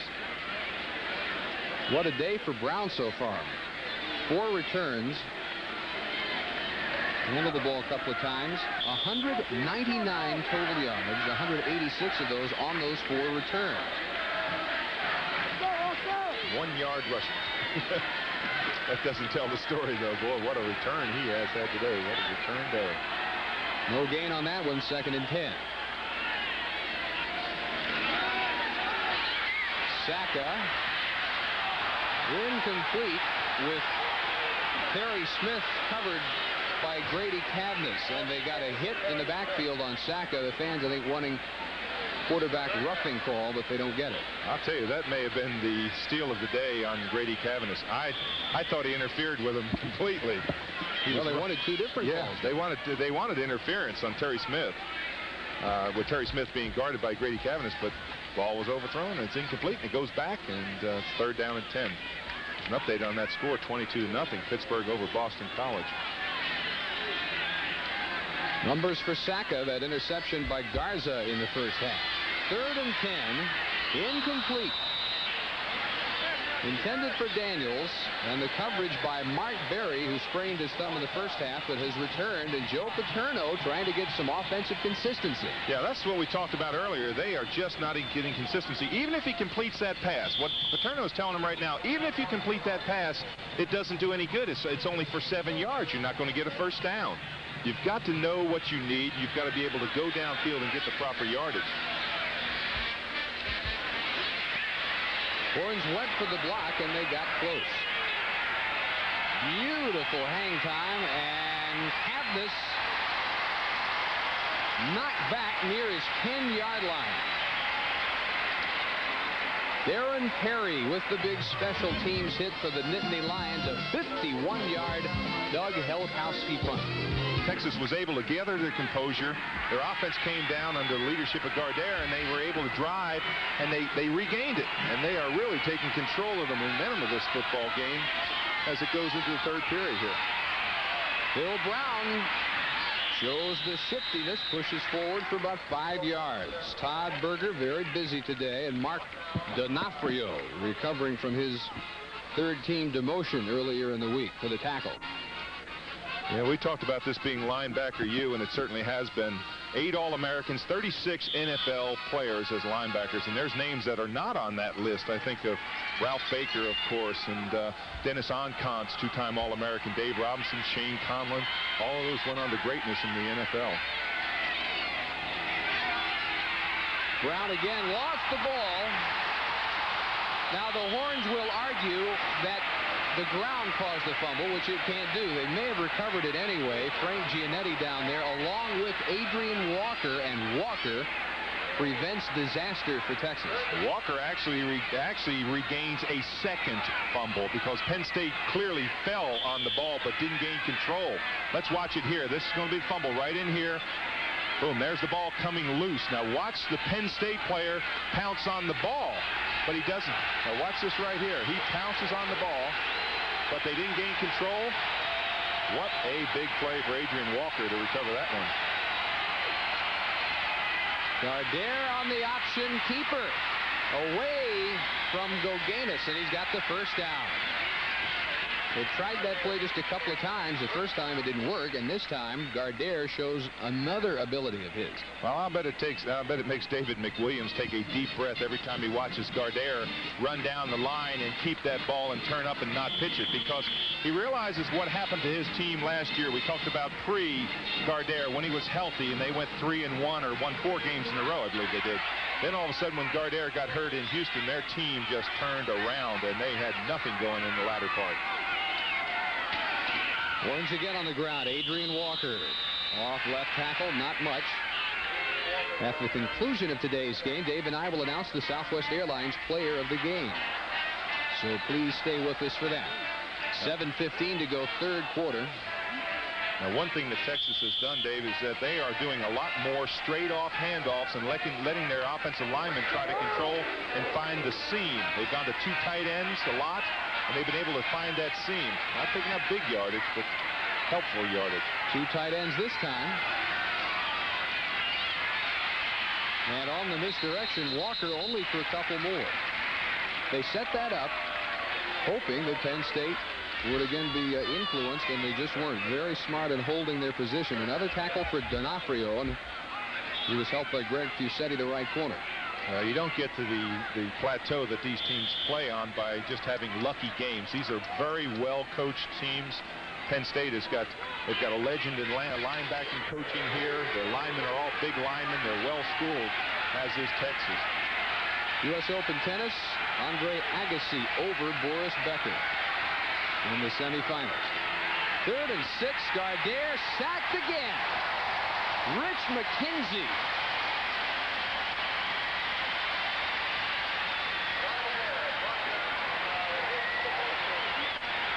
No place for Gardere to go. This is just beating him at the top, beat him inside. McKenzie just ran over top of Gardere. McKenzie faked outside and then came back up underneath in the seam, and he just was not touched. Here comes Penn State on the block. Well, they drop back, and a beautiful nose-down spiral by Alex Waits. Thomas out of 1 tackle, and Tyson Thomas diving forward near the 40-yard line. Little 5'8", 161-pounder, high school wishbone quarterback. Jason Burleson made the tackle. 5:34 to go, third quarter. Texas by 7. Texas defense has not allowed a drive of more than 3 yards for a touchdown. They have given up some big plays, but they've come up with some big plays. Saka wants one, going deep for Daniels, and it is broken up by Mark Berry. Here is a guy who kind of symbolizes what the Texas secondary has gone through the last 2 or 3 years. He's been burned bunches of times, but they say he's learned from that, and he's ready to help make this, they think, as good a secondary as they used to have in the late 70s and early 80s, and that was about as good as they had in the country. Well, the thing that keeps Berry from getting interference is that he plays the ball. He doesn't play the man. Now watch Berry. See, he's behind. He's really at a disadvantage, but he purely plays the football. He did not try to keep the man from catching the ball. He tried to play the football and knock it down. Draw play, Thompson. Out across the 40. Ryan Jones and Lance Gunn made the tackle. Gain of 2. Tony Saka without a completion in this half. He is 0 for 5, and he will look at another obvious passing situation. 3rd and 8. He's used that rollout very well. Now, the thing that happens on this situation is that the rollout that he runs so well is into the short side of the field, so he doesn't have that advantage to use that roll run option. Watch the left side. Smith and Daniels over there on play action. And it's dropped by Terry Smith. He had the first down. Never taken his eyes off of it. He had a lot more than a first down, Dave. Had he been able to come down with that football with the speed he has, he had nobody within 5-yard circle of him. And look at Joe Paterno stalk the sidelines. Watch here, number 8, Terry Smith. Now watch when he does his turn in. Look at this right there. Nobody's near him. He catches that football. You can see he is flat out running. They're still cheering here when that play. Well, Paterno was stalking the sideline, but not to get on Smith. He went over and patted him on the back. fair catch, but Cavaliers lets it bounce into the end zone. And a flag is down at the line of scrimmage. It's going to be almost a 60-yard punt, but offsides Texas. That was a 4th and 8 play. Well, the play here is, does Penn State want to punt it over? It would give them only 5 yards. So I doubt that they could get a much better punt than that and into the end zone. So they will not, in fact, take the penalty. 59-yarder. To sports star Johnny Walker. He played in the Atlanta Braves minor league system this summer. And he feels that he will also be an NFL draftee. He hopes a high NFL draftee. He also thinks that he's probably a little bit better at baseball than football. I think his football coaches may disagree. O.J. McDuffie is the center fielder for the Penn State baseball team. His counterpart. Texas worried for a long time if Walker would come back for his senior year. We're glad he did. And Gardere to Samuels out of the backfield. The best receiver among the backs for Texas up to the 47. Two things happen on this play that allow this completion. First of all, the offensive line of Texas. Watch this big offensive line not allowing penetration. Stuff. They've got them all standing up, and Gardere's able to pick out Samuels. Samuels comes out of the backfield, and there's a missed assignment on that play. That's why he is so wide open. You just don't allow him to come out of the backfield. But he has probably the best hands on this Texas team. Gets a breather. Patrick Wilson has checked in, a junior out of Odessa Permian, along with Phil Brown, who gets the carry. Flags are down. Brown turns it up. Willie Thomas can't bring him down. Darren Perry does. Now we'll see if the play will stand. Clearly a call against Penn State. This is going to hurt. All day long they have jumped on this snap count. Gardere has used that voice inflection to draw him off. He changes that snap count, and it draws those defensive linemen across. And as soon as it does, he knows he's got a free play. Watch here. You'll see the jump. I see the Penn State linemen jumping inside, 2 of them. This play, Phil Brown just takes it outside. Watch the little move that he puts out here on the corner. Good block there by Dwayne Miller, also number 53, to free him up at the line of scrimmage. 32 yards for Brown. Madasic and again Giannetti with the men offsides. 1st and 10 at the 12. The Horns already up 14-7. And here is Patrick Wilson, big powerful runner inside the 5-yard line. And I can promise you, you won't see a reverse. Not in this position. They tried that reverse last time, but this is just straight ahead power football. And that's the way you attack a defense. You don't allow those linebackers to roam. You just run straight at them and let that big running back pick his hole. Patrick Wilson only played in 1 game each of the last 2 years. Carried for 10 times against BYU in the opener of '88. Carried twice against SMU last year. That was it. And a strong ramble down to the 4-yard line for 8 yards at 2nd and 2. And Brown spins off contact, maybe for 1. D'Onofrio with a big second half.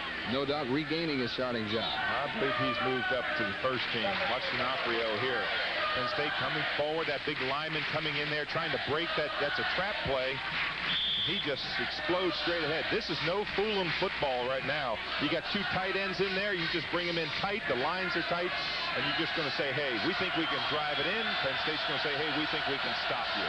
Match up to watch. Wide right is Keith Cash at 6'4", and Willie Thomas at 5'10", and Gardere has to scramble.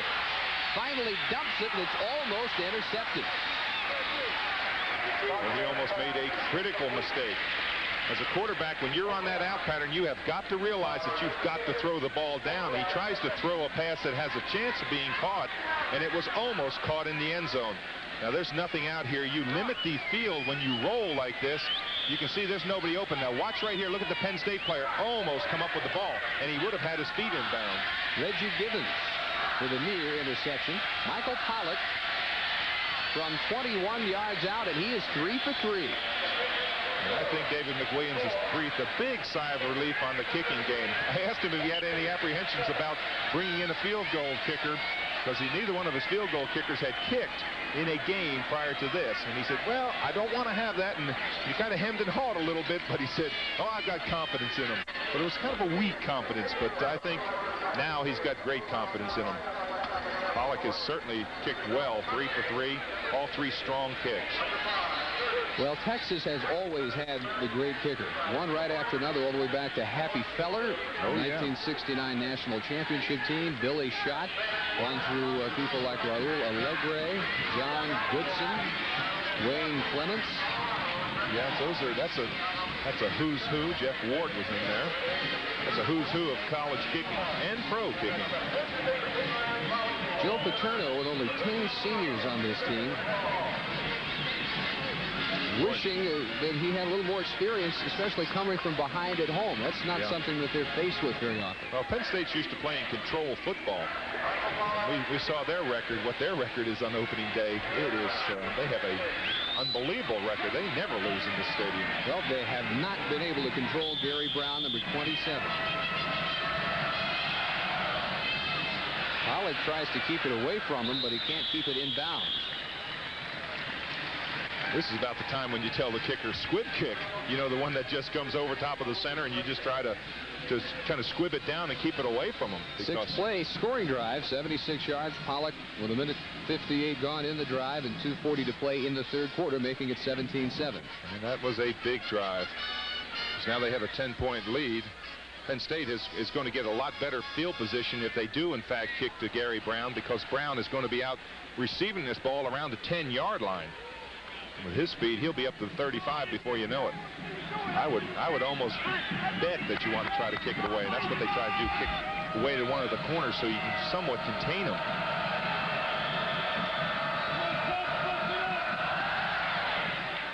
Well, again, angling for the corner, but Brown from the 15 gets there anyway.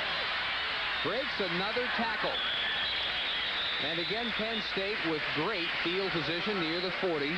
Will Burdine, special team tackle, along with Chris Rapp for Texas. That's probably their MVP today, right there.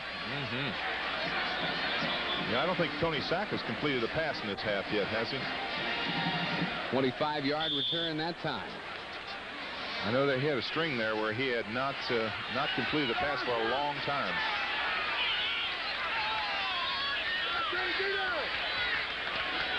They send Terry Smith in motion after dropping a would-be touchdown pass on their last drive. Dranette is down inside the 30 with the sack of Saka. And that is a defensive coverage sack. That's exactly what that play is. That's not a great rush by a defensive lineman. It's a defensive lineman that kept on churning. But you have to give credit when you grade films. You have to give credit to the secondary, because the coverage had to be just excellent. There's Saka, 0 for 6 passing this half. He has not completed a pass. Second Texas sack. We have dropped them for a total of 15 yards and losses. Lost 10 here, 2nd and 20. And Giles coming at Saka, almost in time, and it is broken up. Intended for Chip LaBarca. Would have been his first college catch ever. Lance Gunn got a hand on the ball, and it'll be 3rd and 20. And that's exactly what Lance Gunn did. He dove in there. You'll see him, number 16, in the center of your screen. Now watch the way he goes in when the ball is thrown. Watch, he goes in with the arm. See the arm in there? Just drives the ball out. There's the ball, comes clean out. Lance Gunn, good reaction on the ball once the ball is thrown. Boy, you just see their confidence literally growing every play out there defensively. Absolutely. Deep on 3rd down and 2 deep. Tried to get with David Daniels up the sideline. Stanley Richard with the coverage, and now an 0 for 8 second half passing for Penn State. And you wonder whether Penn State will change quarterbacks. They've got Tom Bill back there, who has played a lot. And sometimes you'll just make that change just to get a new blood in there, some new enthusiasm, so to speak, because they have not moved the ball in this second half at all.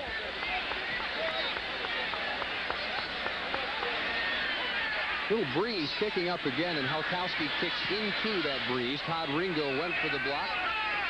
Grady Cavness there catching at the 28-yard line. As we check other scores. Starting to heat up around the country. Tennessee 30-7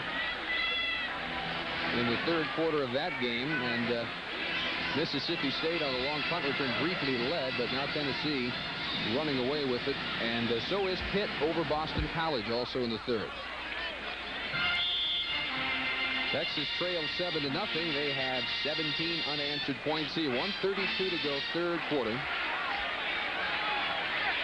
Walker and Brown in the backfield along with Gardere. And it is Adrian Walker. And another Mark D'Onofrio stop. At every play now, we're calling his name. This is his junior season. He is academically a senior, which is interesting to point out. Penn State lists their players by their academic class, not by their eligibility. He's really a junior on the football field. Right, they list them by their years of eligibility, well, by their academics, but then they put a little side note in them, the years remaining of football that they can possibly play.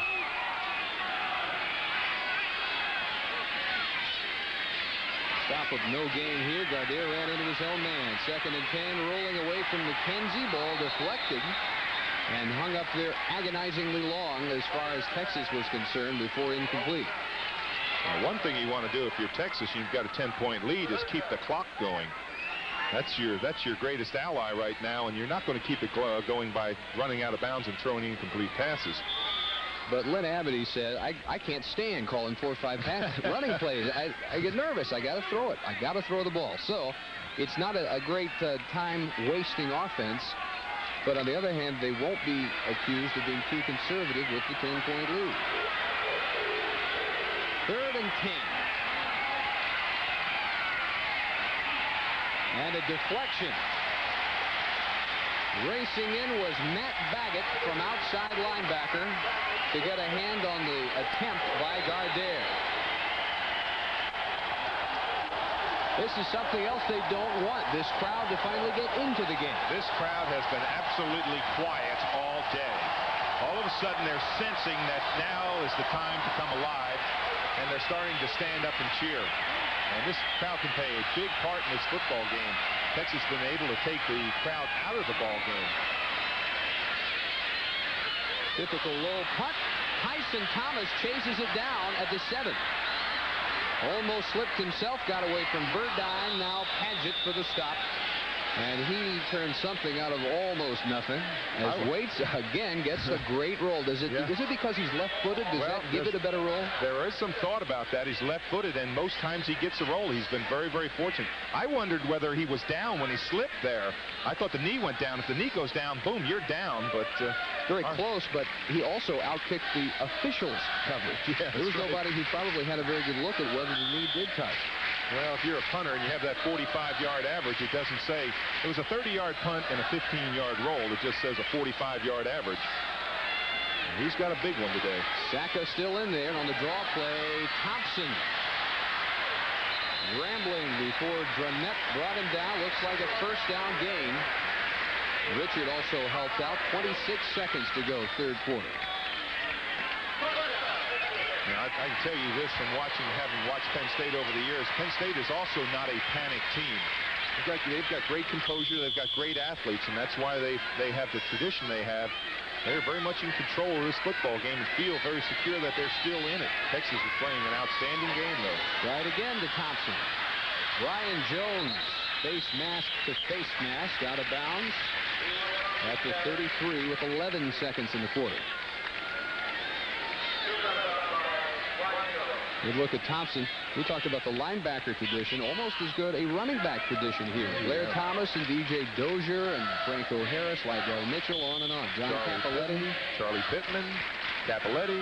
You go all the way back. They've had a real string of running backs here also.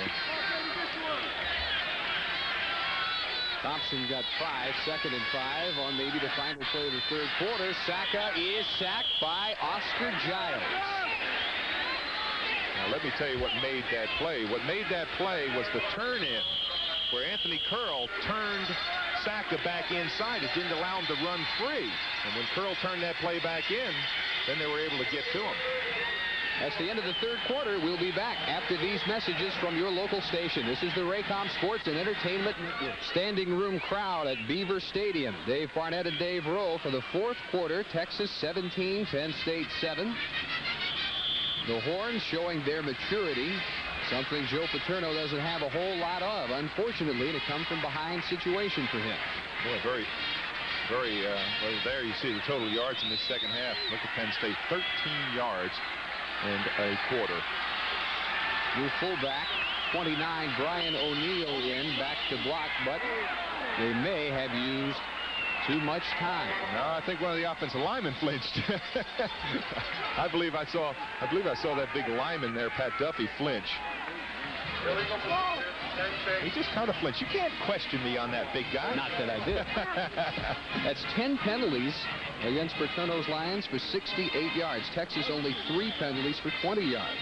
And boy, did those penalties hurt Penn State, especially those offsides when they were on defense and jumped offsides and gave them a free down. It was going to be third and long anyway, now longer, 3rd and 16. And Pollock finally has his first completion of the half. Harry Smith rammed out of bounds by Stanley Richard.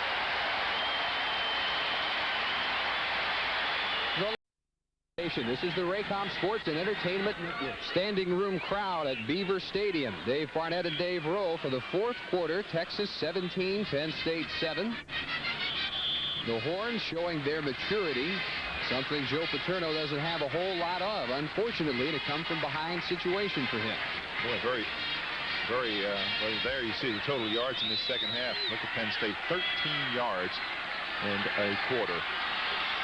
New fullback, 29, Brian O'Neill in, back to block, but they may have used too much time. No, I think one of the offensive linemen flinched. I believe I saw that big lineman there, Pat Duffy, flinch. He just kind of flinched. You can't question me on that, big guy. Not that I did.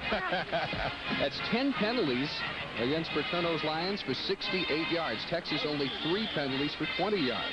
And boy, did those penalties hurt Penn State, especially those offsides when they were on defense and jumped offsides and gave them a free down. It was going to be third and long anyway, now longer, 3rd and 16. And Pollock finally has his first completion of the half. Harry Smith rammed out of bounds by Stanley Richard. The Lions get the big play again. Great concentration by Terry Smith on this play. Texas went for the interception. Looked as if they had a chance on the interception. This is that fake roll. It doesn't really fool Giles. He's out there. But watch this concentration by Smith. See, right there is the concentration. It looked as if it was going to be tipped. Now watch this play. Stanley Richards perhaps saved. Now you don't want to do that. You don't want to swing. That's 15 yards. And that could have been called on that play. But a heads-up play by Richard to recover on that. Saka to LaBarca for the diving grab, close for another first down. He's inside the 20. Well, they've looked for the spark ever since the first quarter, and the 48-yard catch looks like they've gotten it. Yeah, and you could sense it with the crowd. The crowd seemed to get back in at that quarter change also. And this crowd, this is a very vocal crowd. We talked about the number of sellouts, and they usually play a very big part in the game, but they've been pretty much quieted all day long. Great power blocking up the middle for Gary Brown to push down near the 15-yard line. Oscar Giles with the tackle, but another first down.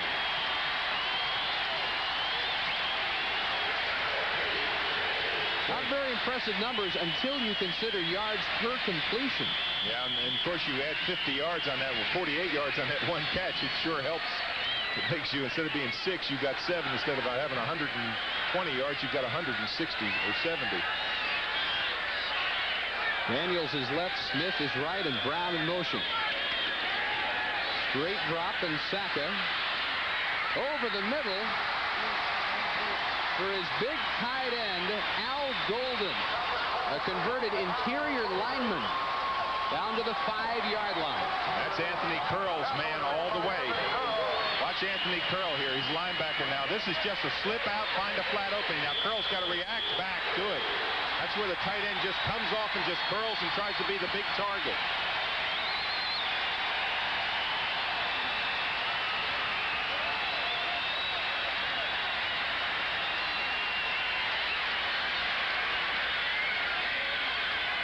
First and goal. Gary Brown has the touchdown.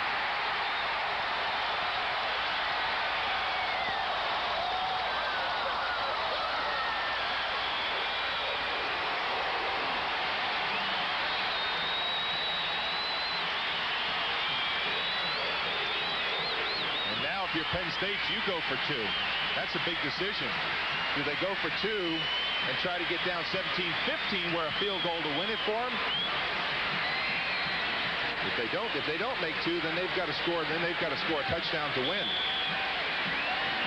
They will go for the 2. 17-13 Texas. 13-15 to play.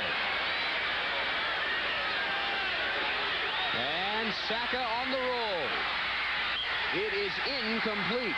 Intended for Gary Brown, who just got the touchdown, and Paterno sagging a bit because he knows just what you said. Now they've got to get another touchdown. That's right. Now they have to score a touchdown.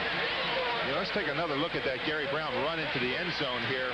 He just buries his head, gets behind that big lineman there, this big lineman, and just bursts in there. Here it is again. He's get behind the lead block of Sam Gash, number 11, who clears that hole. He just runs in virtually untouched. Here it is from the back. You see Gash gets that up back right there. Turn back inside. Brown just get the head down and get in there. 17-13 Horns. We're back after this from Southwest Airlines. Well, Dave, we talked about that 2-point play being such a big play. This is the 2-point conversion where they put a lot of pressure on him, and he really, when you roll like this, there's not a whole lot of field to go to. You can see right there he was under good pressure from Giles on the backside, Curl in the front side. That could be the big determining factor in this game. You make it, a field goal puts you in a winning position. You miss it, you've got to score 7 points. And the Horns expect a short kick. Well, they're going to back up a bit. Craig Fyack, the freshman. Now they back up all the way. That is Jimmy Saxton, the son of the former Texas All-American from the early 60s, number 14. And the kick is fairly short. Dion Cockrell from the 17. Not a bad return, and the Horns will start near their 35. Matt Baggett with the tackle. Cockrell pretty much relegated to special teams this year after a lot of action at running back the last couple of years in a 16-yard return. Now, if you're Texas, what you want to do is you want to get a good drive. You want to drive the football, at least get 2 or 3 first downs to take the momentum away from Penn State.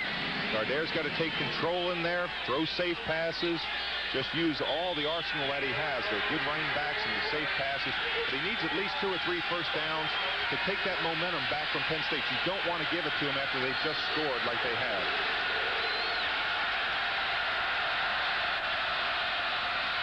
Gardner. What a nice play that is. And Curtis Thrift, the third team tight end, carries up to the 47-yard line. Thrift, a junior from Lampasas, 6'5" and 252, a huge target after Gardner rolled his way. And you think of him more as a blocking tight end than you do a pass receiver, but well, that was a big play for Texas. Very safe play. Fake that action. He's got an option to run or a pass. He saw the pass open, picked it up.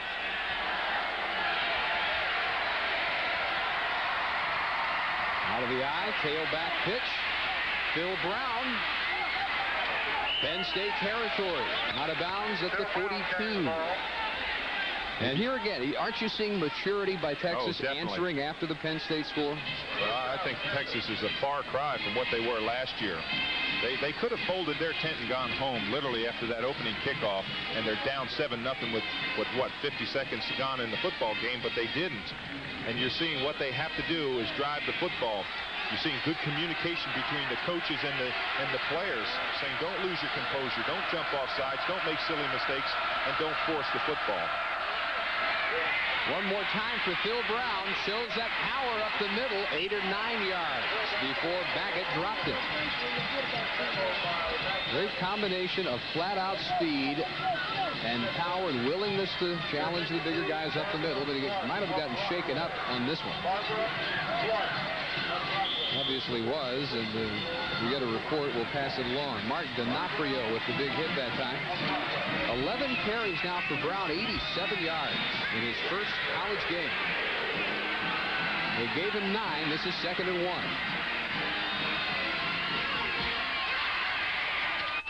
And it's Adrian Walker spitting for the first down to the 30. Now, see, that's a waste down in a lot of situations where you bring that ball down and throw the long bomb or go for something. But in this situation with 11:54 on the clock, you want to control the ball. You want to just grind it out. Take all the time you can. And I think the story of the second half has really been the control of Texas. They've just kept the ball away from Penn State. And listen to the quiet again. Oh, yes. It's 70, how many thousand? 83. 83, excuse me. Plus standing room. Dead silent. Lamell Foreman, highly recruited out of Del City, Oklahoma. Sophomore brought down by McKenzie and D'Onofrio after a gain of 3. Again, our Schick storyline today. Well, the Schick storyline has been, of course, that 80-yard kickoff return. And then the 3 Pollock field goals for Penn State. No yards passing in the third quarter. That talks about the dominance of this Texas defense. They just have kept the ball away, and that's one of the most important things in order to control a great offense. Just don't let them have the ball. They just kept it away from Penn State. They moved again. Flags are down again. So is Foreman. I'm going to tell you one thing. The Penn State coaches will have them out there the first day they're back, and there's a man who will be guiding them saying, listen, we go on the football. You do not go on sound. Every defensive lineman looks in at the football. When you see movement is when you jump. You do not go on sound. And it's 1 time is bad. 2 times is inexcusable. But the number of times that they've jumped off sides has just been that's just unbelievable for a defensive line. The surprising thing about it is it's the most experienced guy on their line doing it most of the time. 85, Giannetti. Yeah. Only one of 2 athletic seniors that is in their final year of eligibility on the defense. So 2nd and 2. And Foreman again. He's got some outside speed. Giannetti chased him down, but he's got the first at the 17 of Penn State. Penn State defense starting to look a little down in the mouth. 10:37 to go. Horns keep ball control offense, ramming it slowly into their end of the field. They need the big play now. Well, think of where this drive started. They got decent field position, but they have driven down the field. And that's exactly what they had to do. Come up with 3 or 4 good first downs to take that momentum away from Penn State's offense. This is Patrick Wilson. Now, he does not quite have the turn-it-up speed of a Foreman or a Brown. Aaron Perry and Tyson Thomas chased him out. And if you wanted to make one small criticism, you'd say stay in bounds. Just keep that clock going. There's the update on that Pittsburgh-Boston College. Again, Pittsburgh way ahead 29-6 in the 4th quarter. Tennessee rolling over Mississippi State in the 3rd quarter. TCU behind Missouri at half, 12-0. Still looking for their first touchdown of 1990. Maryland, Virginia just starting. Well, it's in the 2nd quarter, 7-0. Maryland leaving. Foreman got away from D'Onofrio. He showed a good instinctive cut, and then backing his way down toward the 10. Now, how would you like to be, as we look at this last score, the Southern Miss Alabama game in the 1st quarter, how would you like to be Lynn Amity saying, oh boy, I want to throw the ball, I want to throw the ball, I better keep it on the ground. I'll bet he's biting his nails up to the ring fingers here up in the press box. Foreman and Wilson out. Samuels and Walker in on 3rd and 5. Texas leading by 4, 9:40 to play. And Gardere for the end zone, overthrowing Kerry Cash. Single coverage. So they had the right idea that time. They had the matchup with Derek Bochna, 5'11" freshman, but Gardere having a hard time with the arc and the timing the times they have tried that pass today. Well, of course, this is their first game, and that timing, it takes time to develop that timing. But, you know, coming into this game, we talked about Pollock, about never kicking before. And, boy, has he had a day today. If he makes this one, this will be his 4th one. Well, he pulls this one wide left. That one would have tied the Beaver Stadium record of 4 field goals in one game set last year by Ray Parassi. And you could tell the minute he kicked it, it didn't go off well, because the ball, you can see his reaction. He knows it right away. 30-yard miss. Horns still by 4. This week, we're going to be in the Superdome in New Orleans as Forrest Gregg's second SMU team will run and shoot against the Tulane Green Wave. Noon on most of these Raycom stations. Boy, Forrest Gregg, as all his players are getting more maturity. I think he lost, what, 1 senior? Did he lose? Almost all freshmen last year for the Mustangs. Of course, Mike Romo, the great quarterback. Penn State trying to take advantage of the gift after the missed field goal, and Saka goes deep. Nobody even near that one. Closest receiver was David Daniels, and it was over his head by 10 yards. Boy, they've got to pull him up short on that play. If they let him run out there and he takes a little bit more time and squares up, he can find somebody downfield. That time he threw the ball a little quickly. But he's able to get out there and set up and avoid that rush and take the time. He's got a good core of wide receivers that can come down with the football and go deep.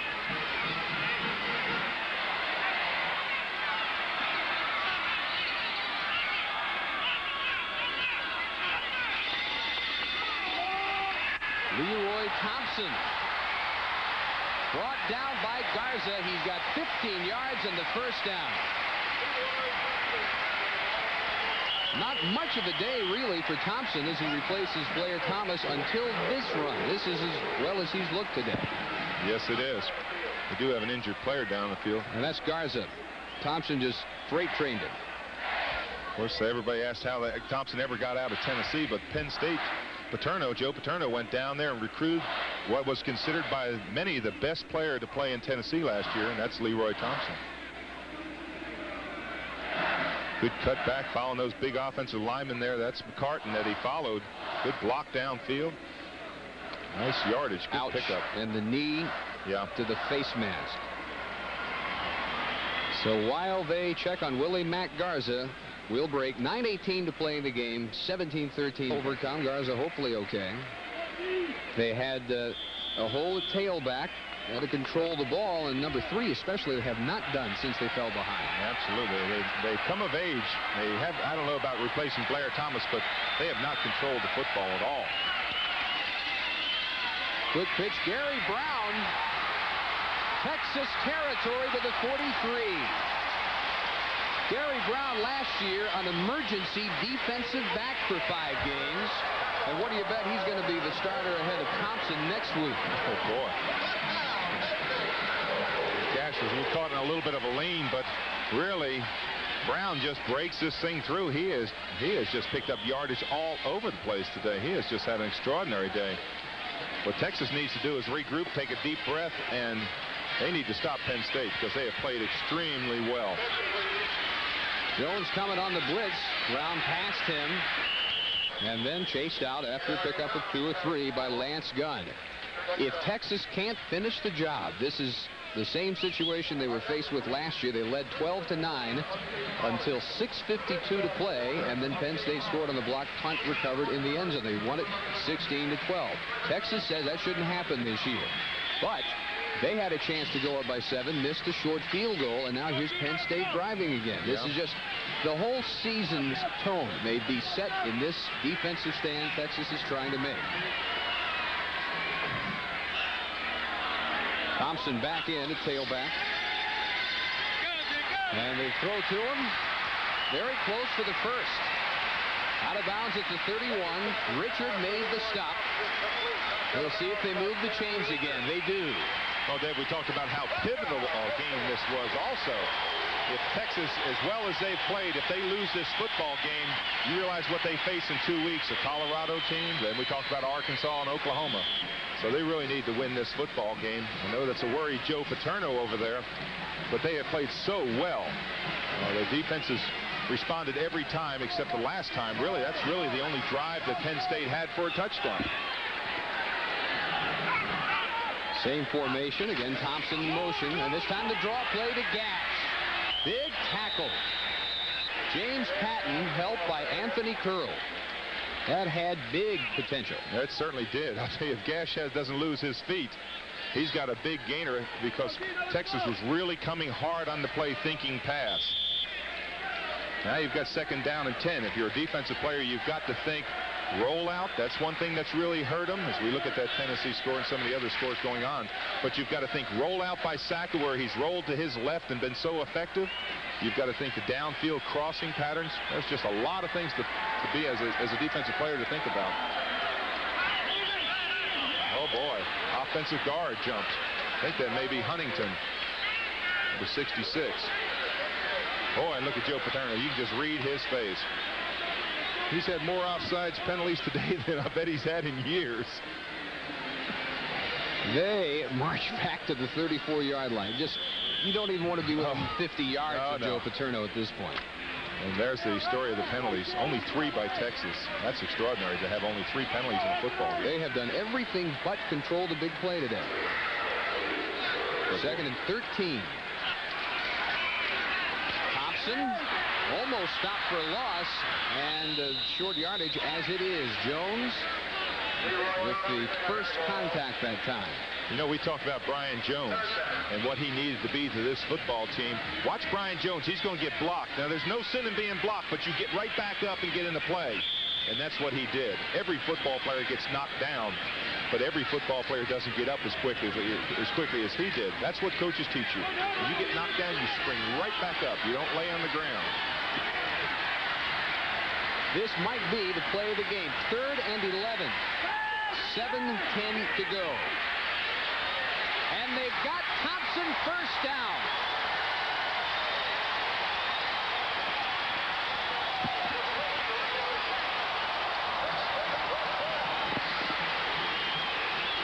They were able to get, number one, they got time to sit back there and pass the ball. You'll see Saka's not pressured.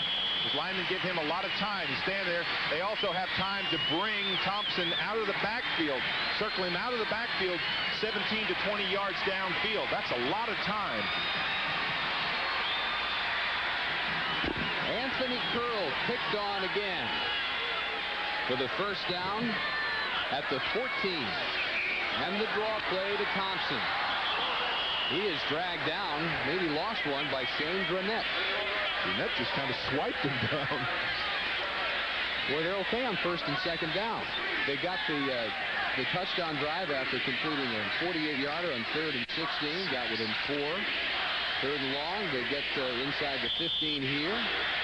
It's been the day of the big play on 3rd down for Penn State. That's really the offensive consistency that they've had, as they have been able to pick up those 3rd down and long situations. Alley-oop for Daniels, and broken up, no flag. Mark Berry was again equal to the challenge in the end zone. And you can hear all the fans wanted interference, but again, Berry, when he saw the receiver turn around, he sees him. Now, this is the alley-oop pass that Texas does so well on offense, but Berry turns around and plays the ball and actually gets his hands on the ball. You see, he's playing the football. That's why there's no interference. There's some incidental contact, but really Berry is playing the football. Just remarkable improvement for Mark Berry since his freshman year. Another 3rd down challenge for the Texas defense. They crowd the line, and the end around. Daniels got away from Jones.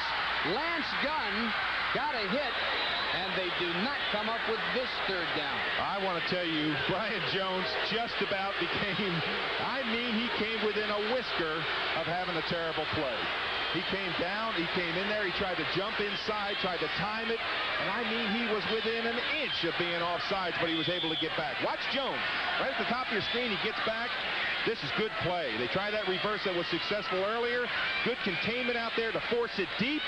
Here comes Gunn in here, just trying to set up. Don't let him fool you. Turn it back in. That's just an excellent play. 31-yarder by Adkins, who missed a 42-yarder in his only previous attempt. And this one is wide right.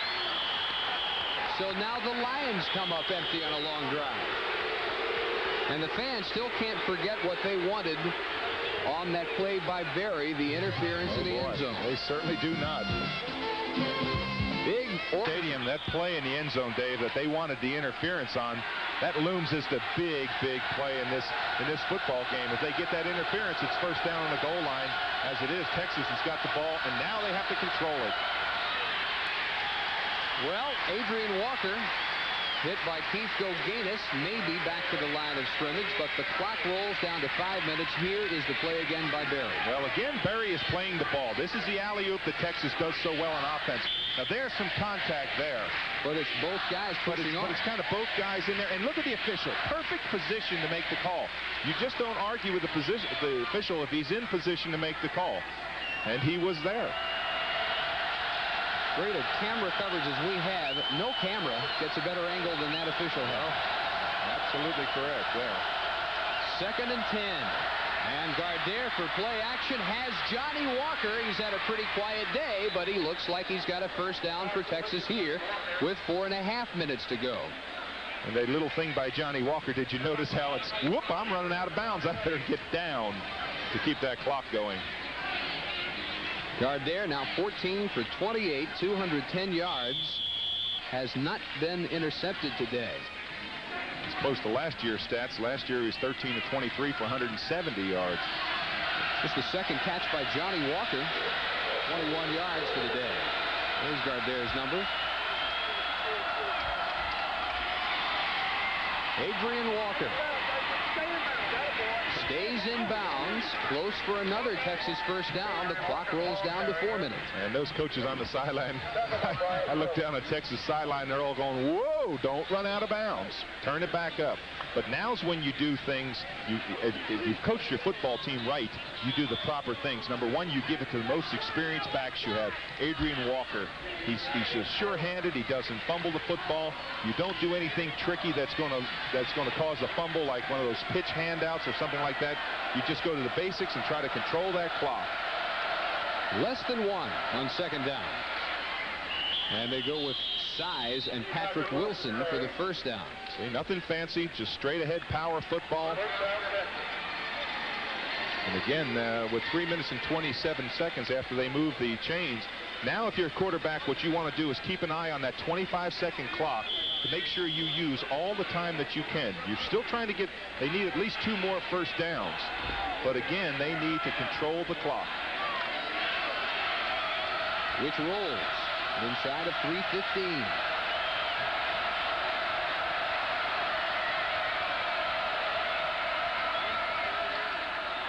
On the ground again, and Phil Brown almost slipped for a loss behind the line. Instead, he gouges out about 5 or 6 before Todd Berger dragged him down. That may be the best run that we've seen by a back on either team today. That was a good run because he did almost slip down. I was a little bit surprised at the pitch. See, he's going to get the pitch up high. Now watch right here. Watch the quarterback get a block in here. Oh, that's a vicious block. But he's more known for his arm. And a heads-up play that time. Pick up some yardage. Officially 3, 2nd and 7. Penn State with all 3 timeouts. As we're inside 2.5 minutes. Oh, and they jumped offside. Have you seen this before today? Oh, I'm telling you. D'Onofrio trying to blitz, trying to anticipate the snap count.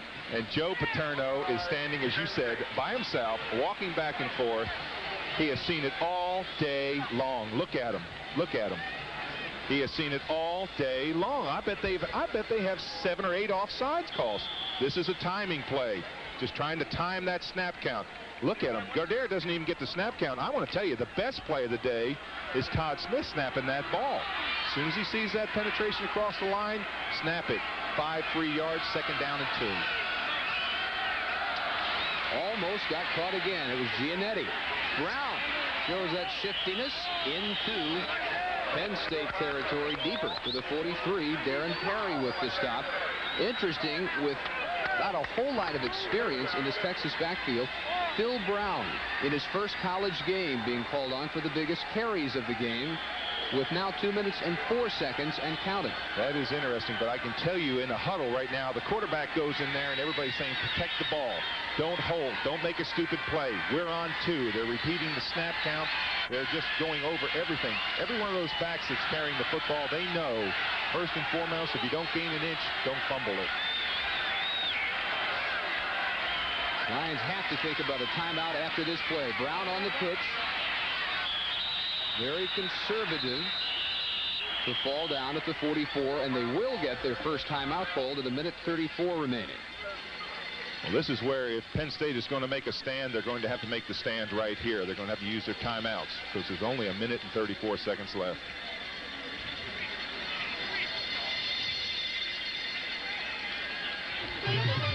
University Park, Pennsylvania. Dave Barnett and Dave Rowe. 17-13 Texas. They will have a 2nd and 11.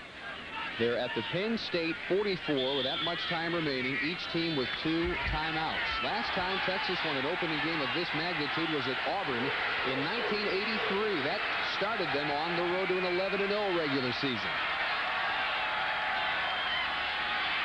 Dangerous pitch. Adrian Walker with the cutback and a slide to the 40.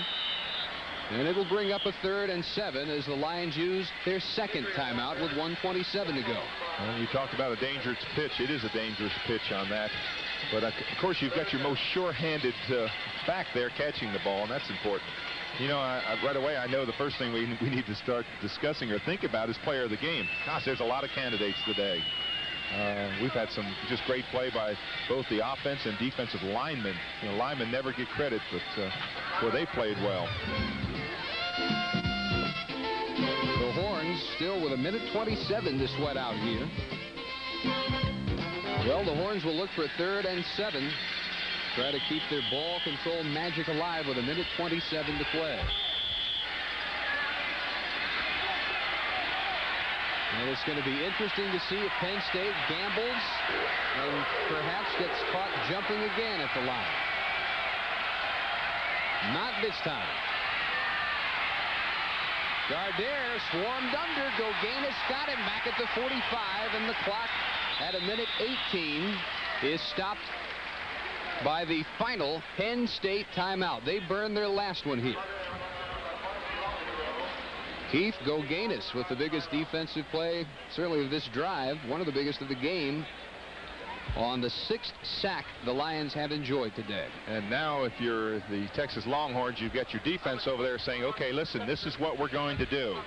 We're going to punt the ball down. We hope to get it inside, say, the 15-yard line, make them drive 85 yards.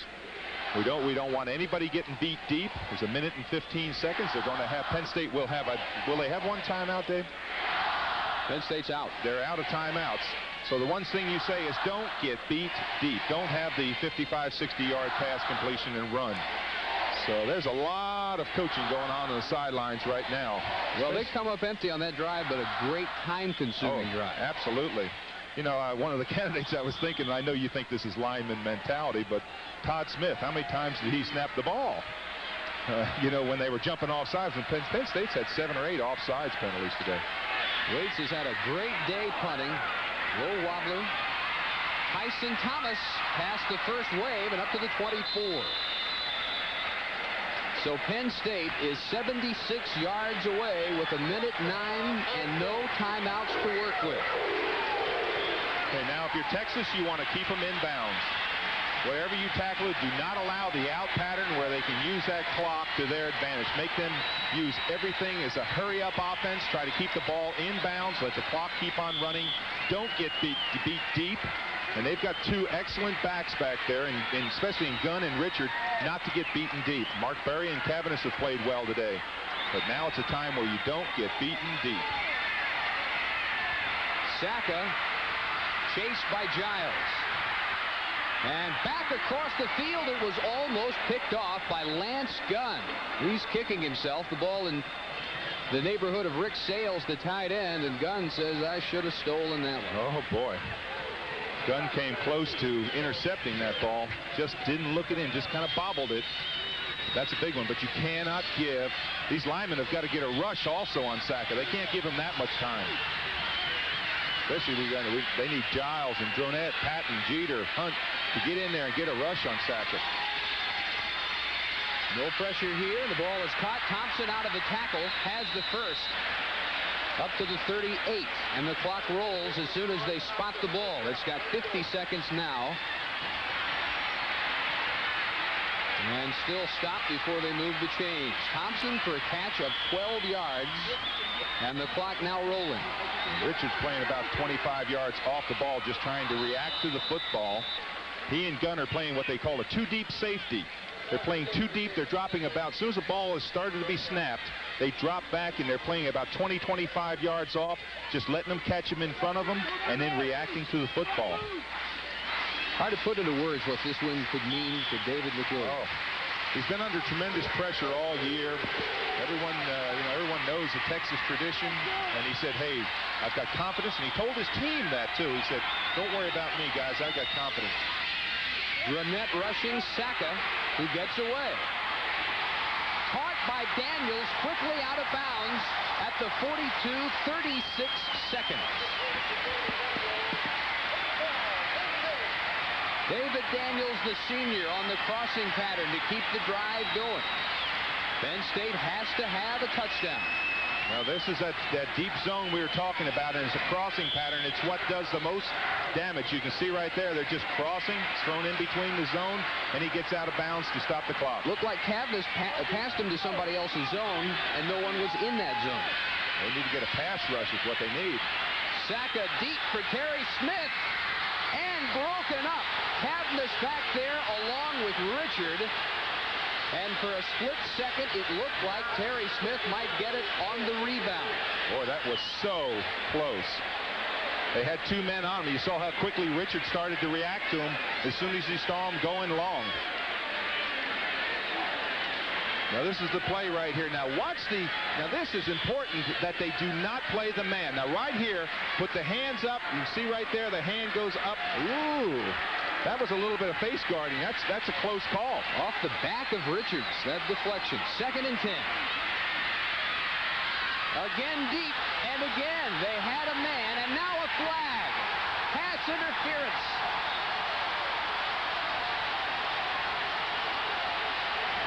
Rick Sales, the tight end, with Gunn and Richard in that zone. Now I want to tell you now, this to me didn't look like pass interference. I don't want to. But what happened is Sales is number 83 right in the center. Now watch right here. He just kind of stops right there. He actually runs into the defensive back. See, I don't see. That's not interference to me. I agree.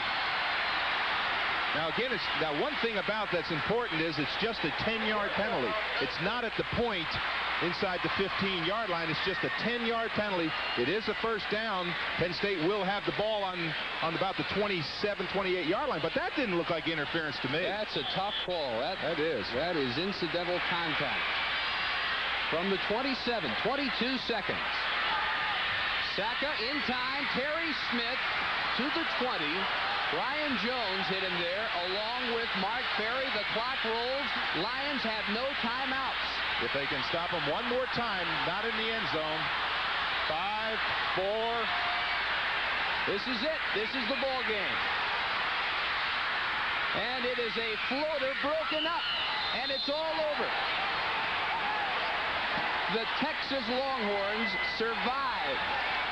And Joe Paterno, for the 2nd straight year, loses the opening game at home. The Texas celebration in the end zone. I want to tell you. They hang on by the skin of their teeth here. Watch to the right of your screen here. Look at the man wide open in the corner. Saka couldn't get it to him, but he was wide open going to the corner. Heads up play to knock the ball down. Don't try to intercept it. But what a huge victory for Texas. Catapults them to that game with Colorado in 2 weeks. Well, Joe Paterno, a good sport about it. The Hail Mary intended for Al Golden broken up, and today's Southwest Airlines player of the game is Phil Brown, the freshman from Commerce, who led Texas with 95 yards on the ground, most of the big yardage on the time-consuming final drive by Texas. Really very, very big play. This is again that play, but watch out of the backfield. You see the man right there in the 10-yard line? He was open. Gary Brown. How fitting it would have been if he'd been spotted by Saka. The Hail Mary turned away, and for Texas, they end that streak of 4 straight opening blowouts. 17-13 in the Nittany Valley today. Oh boy, and what a game Adrian Walker had. Although he's not player of the game, he had that big return. He had a lot of yards rushing. They controlled the football. I believe this Texas team has come of age. I think that all the wait till tomorrows are going to be answered today, and they certainly were. They could have just folded their tent and gone home, especially with that opening kickoff. It just took all the momentum from them, but they did not lose their composure. They came back, and in the closing minutes where everything has usually gone wrong, they went right today. The Horns can celebrate and then get ready for Colorado, our final again. The Horns 17, the Lions 13. Today's game has been brought to you by Southwest. The Cotton Bowl seats 75,000 people, and the seats are only 8 paces from the field. I paced it off myself, and that means 75,000 of the most rabid, enthusiastic fans you'll ever see will be heard this afternoon. It's frightening, it's a little bit exciting, but there's really no place like it in college football. Back upstairs. David McWilliams trying to bring Texas back to national prominence in college football. The Sooners trying to remain unbeaten in 1990. We'll have the opening kickoff after this. At Compaq, before we build our laptop personal computers, we put you in the picture. We study your workload on the road, factor in working conditions, see how much you have to do, and how fast you have to do it.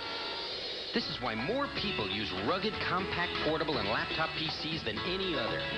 So you can carry the high performance of Compaq wherever you want to go. Or wherever you have to go. Compaq. It simply works better. Liberty Mutual presents The Fire That Never Happened. Because we continually work to prevent fires, even to giving Liberty Mutual homeowners special insurance discounts when they install smoke detectors. Caring for people is why America believes in liberty. Lovely evening. America believes in liberty. Liberty Mutual Insurance.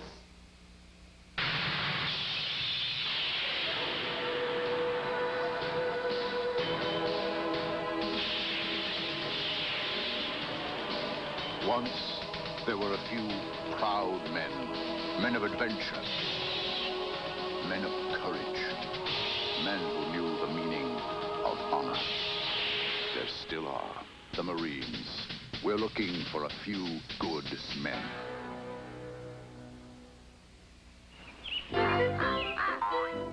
Most people don't think about high efficiency until it's too late. But if your home doesn't have an efficient Heil furnace, you could be throwing money right up the chimney.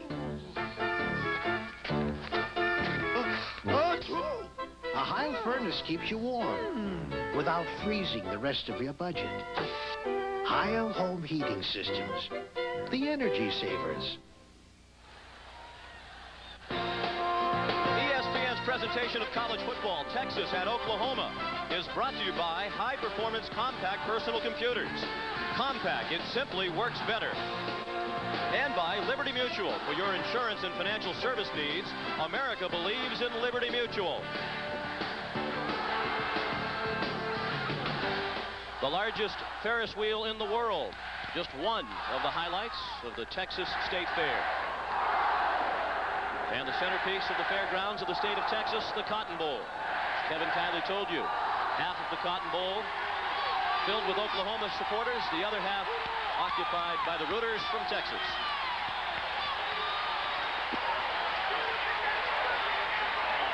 Coach Gary Gibbs, the youthful-looking 38-year-old head coach in his second season as head man at Oklahoma. 12-4 overall, 5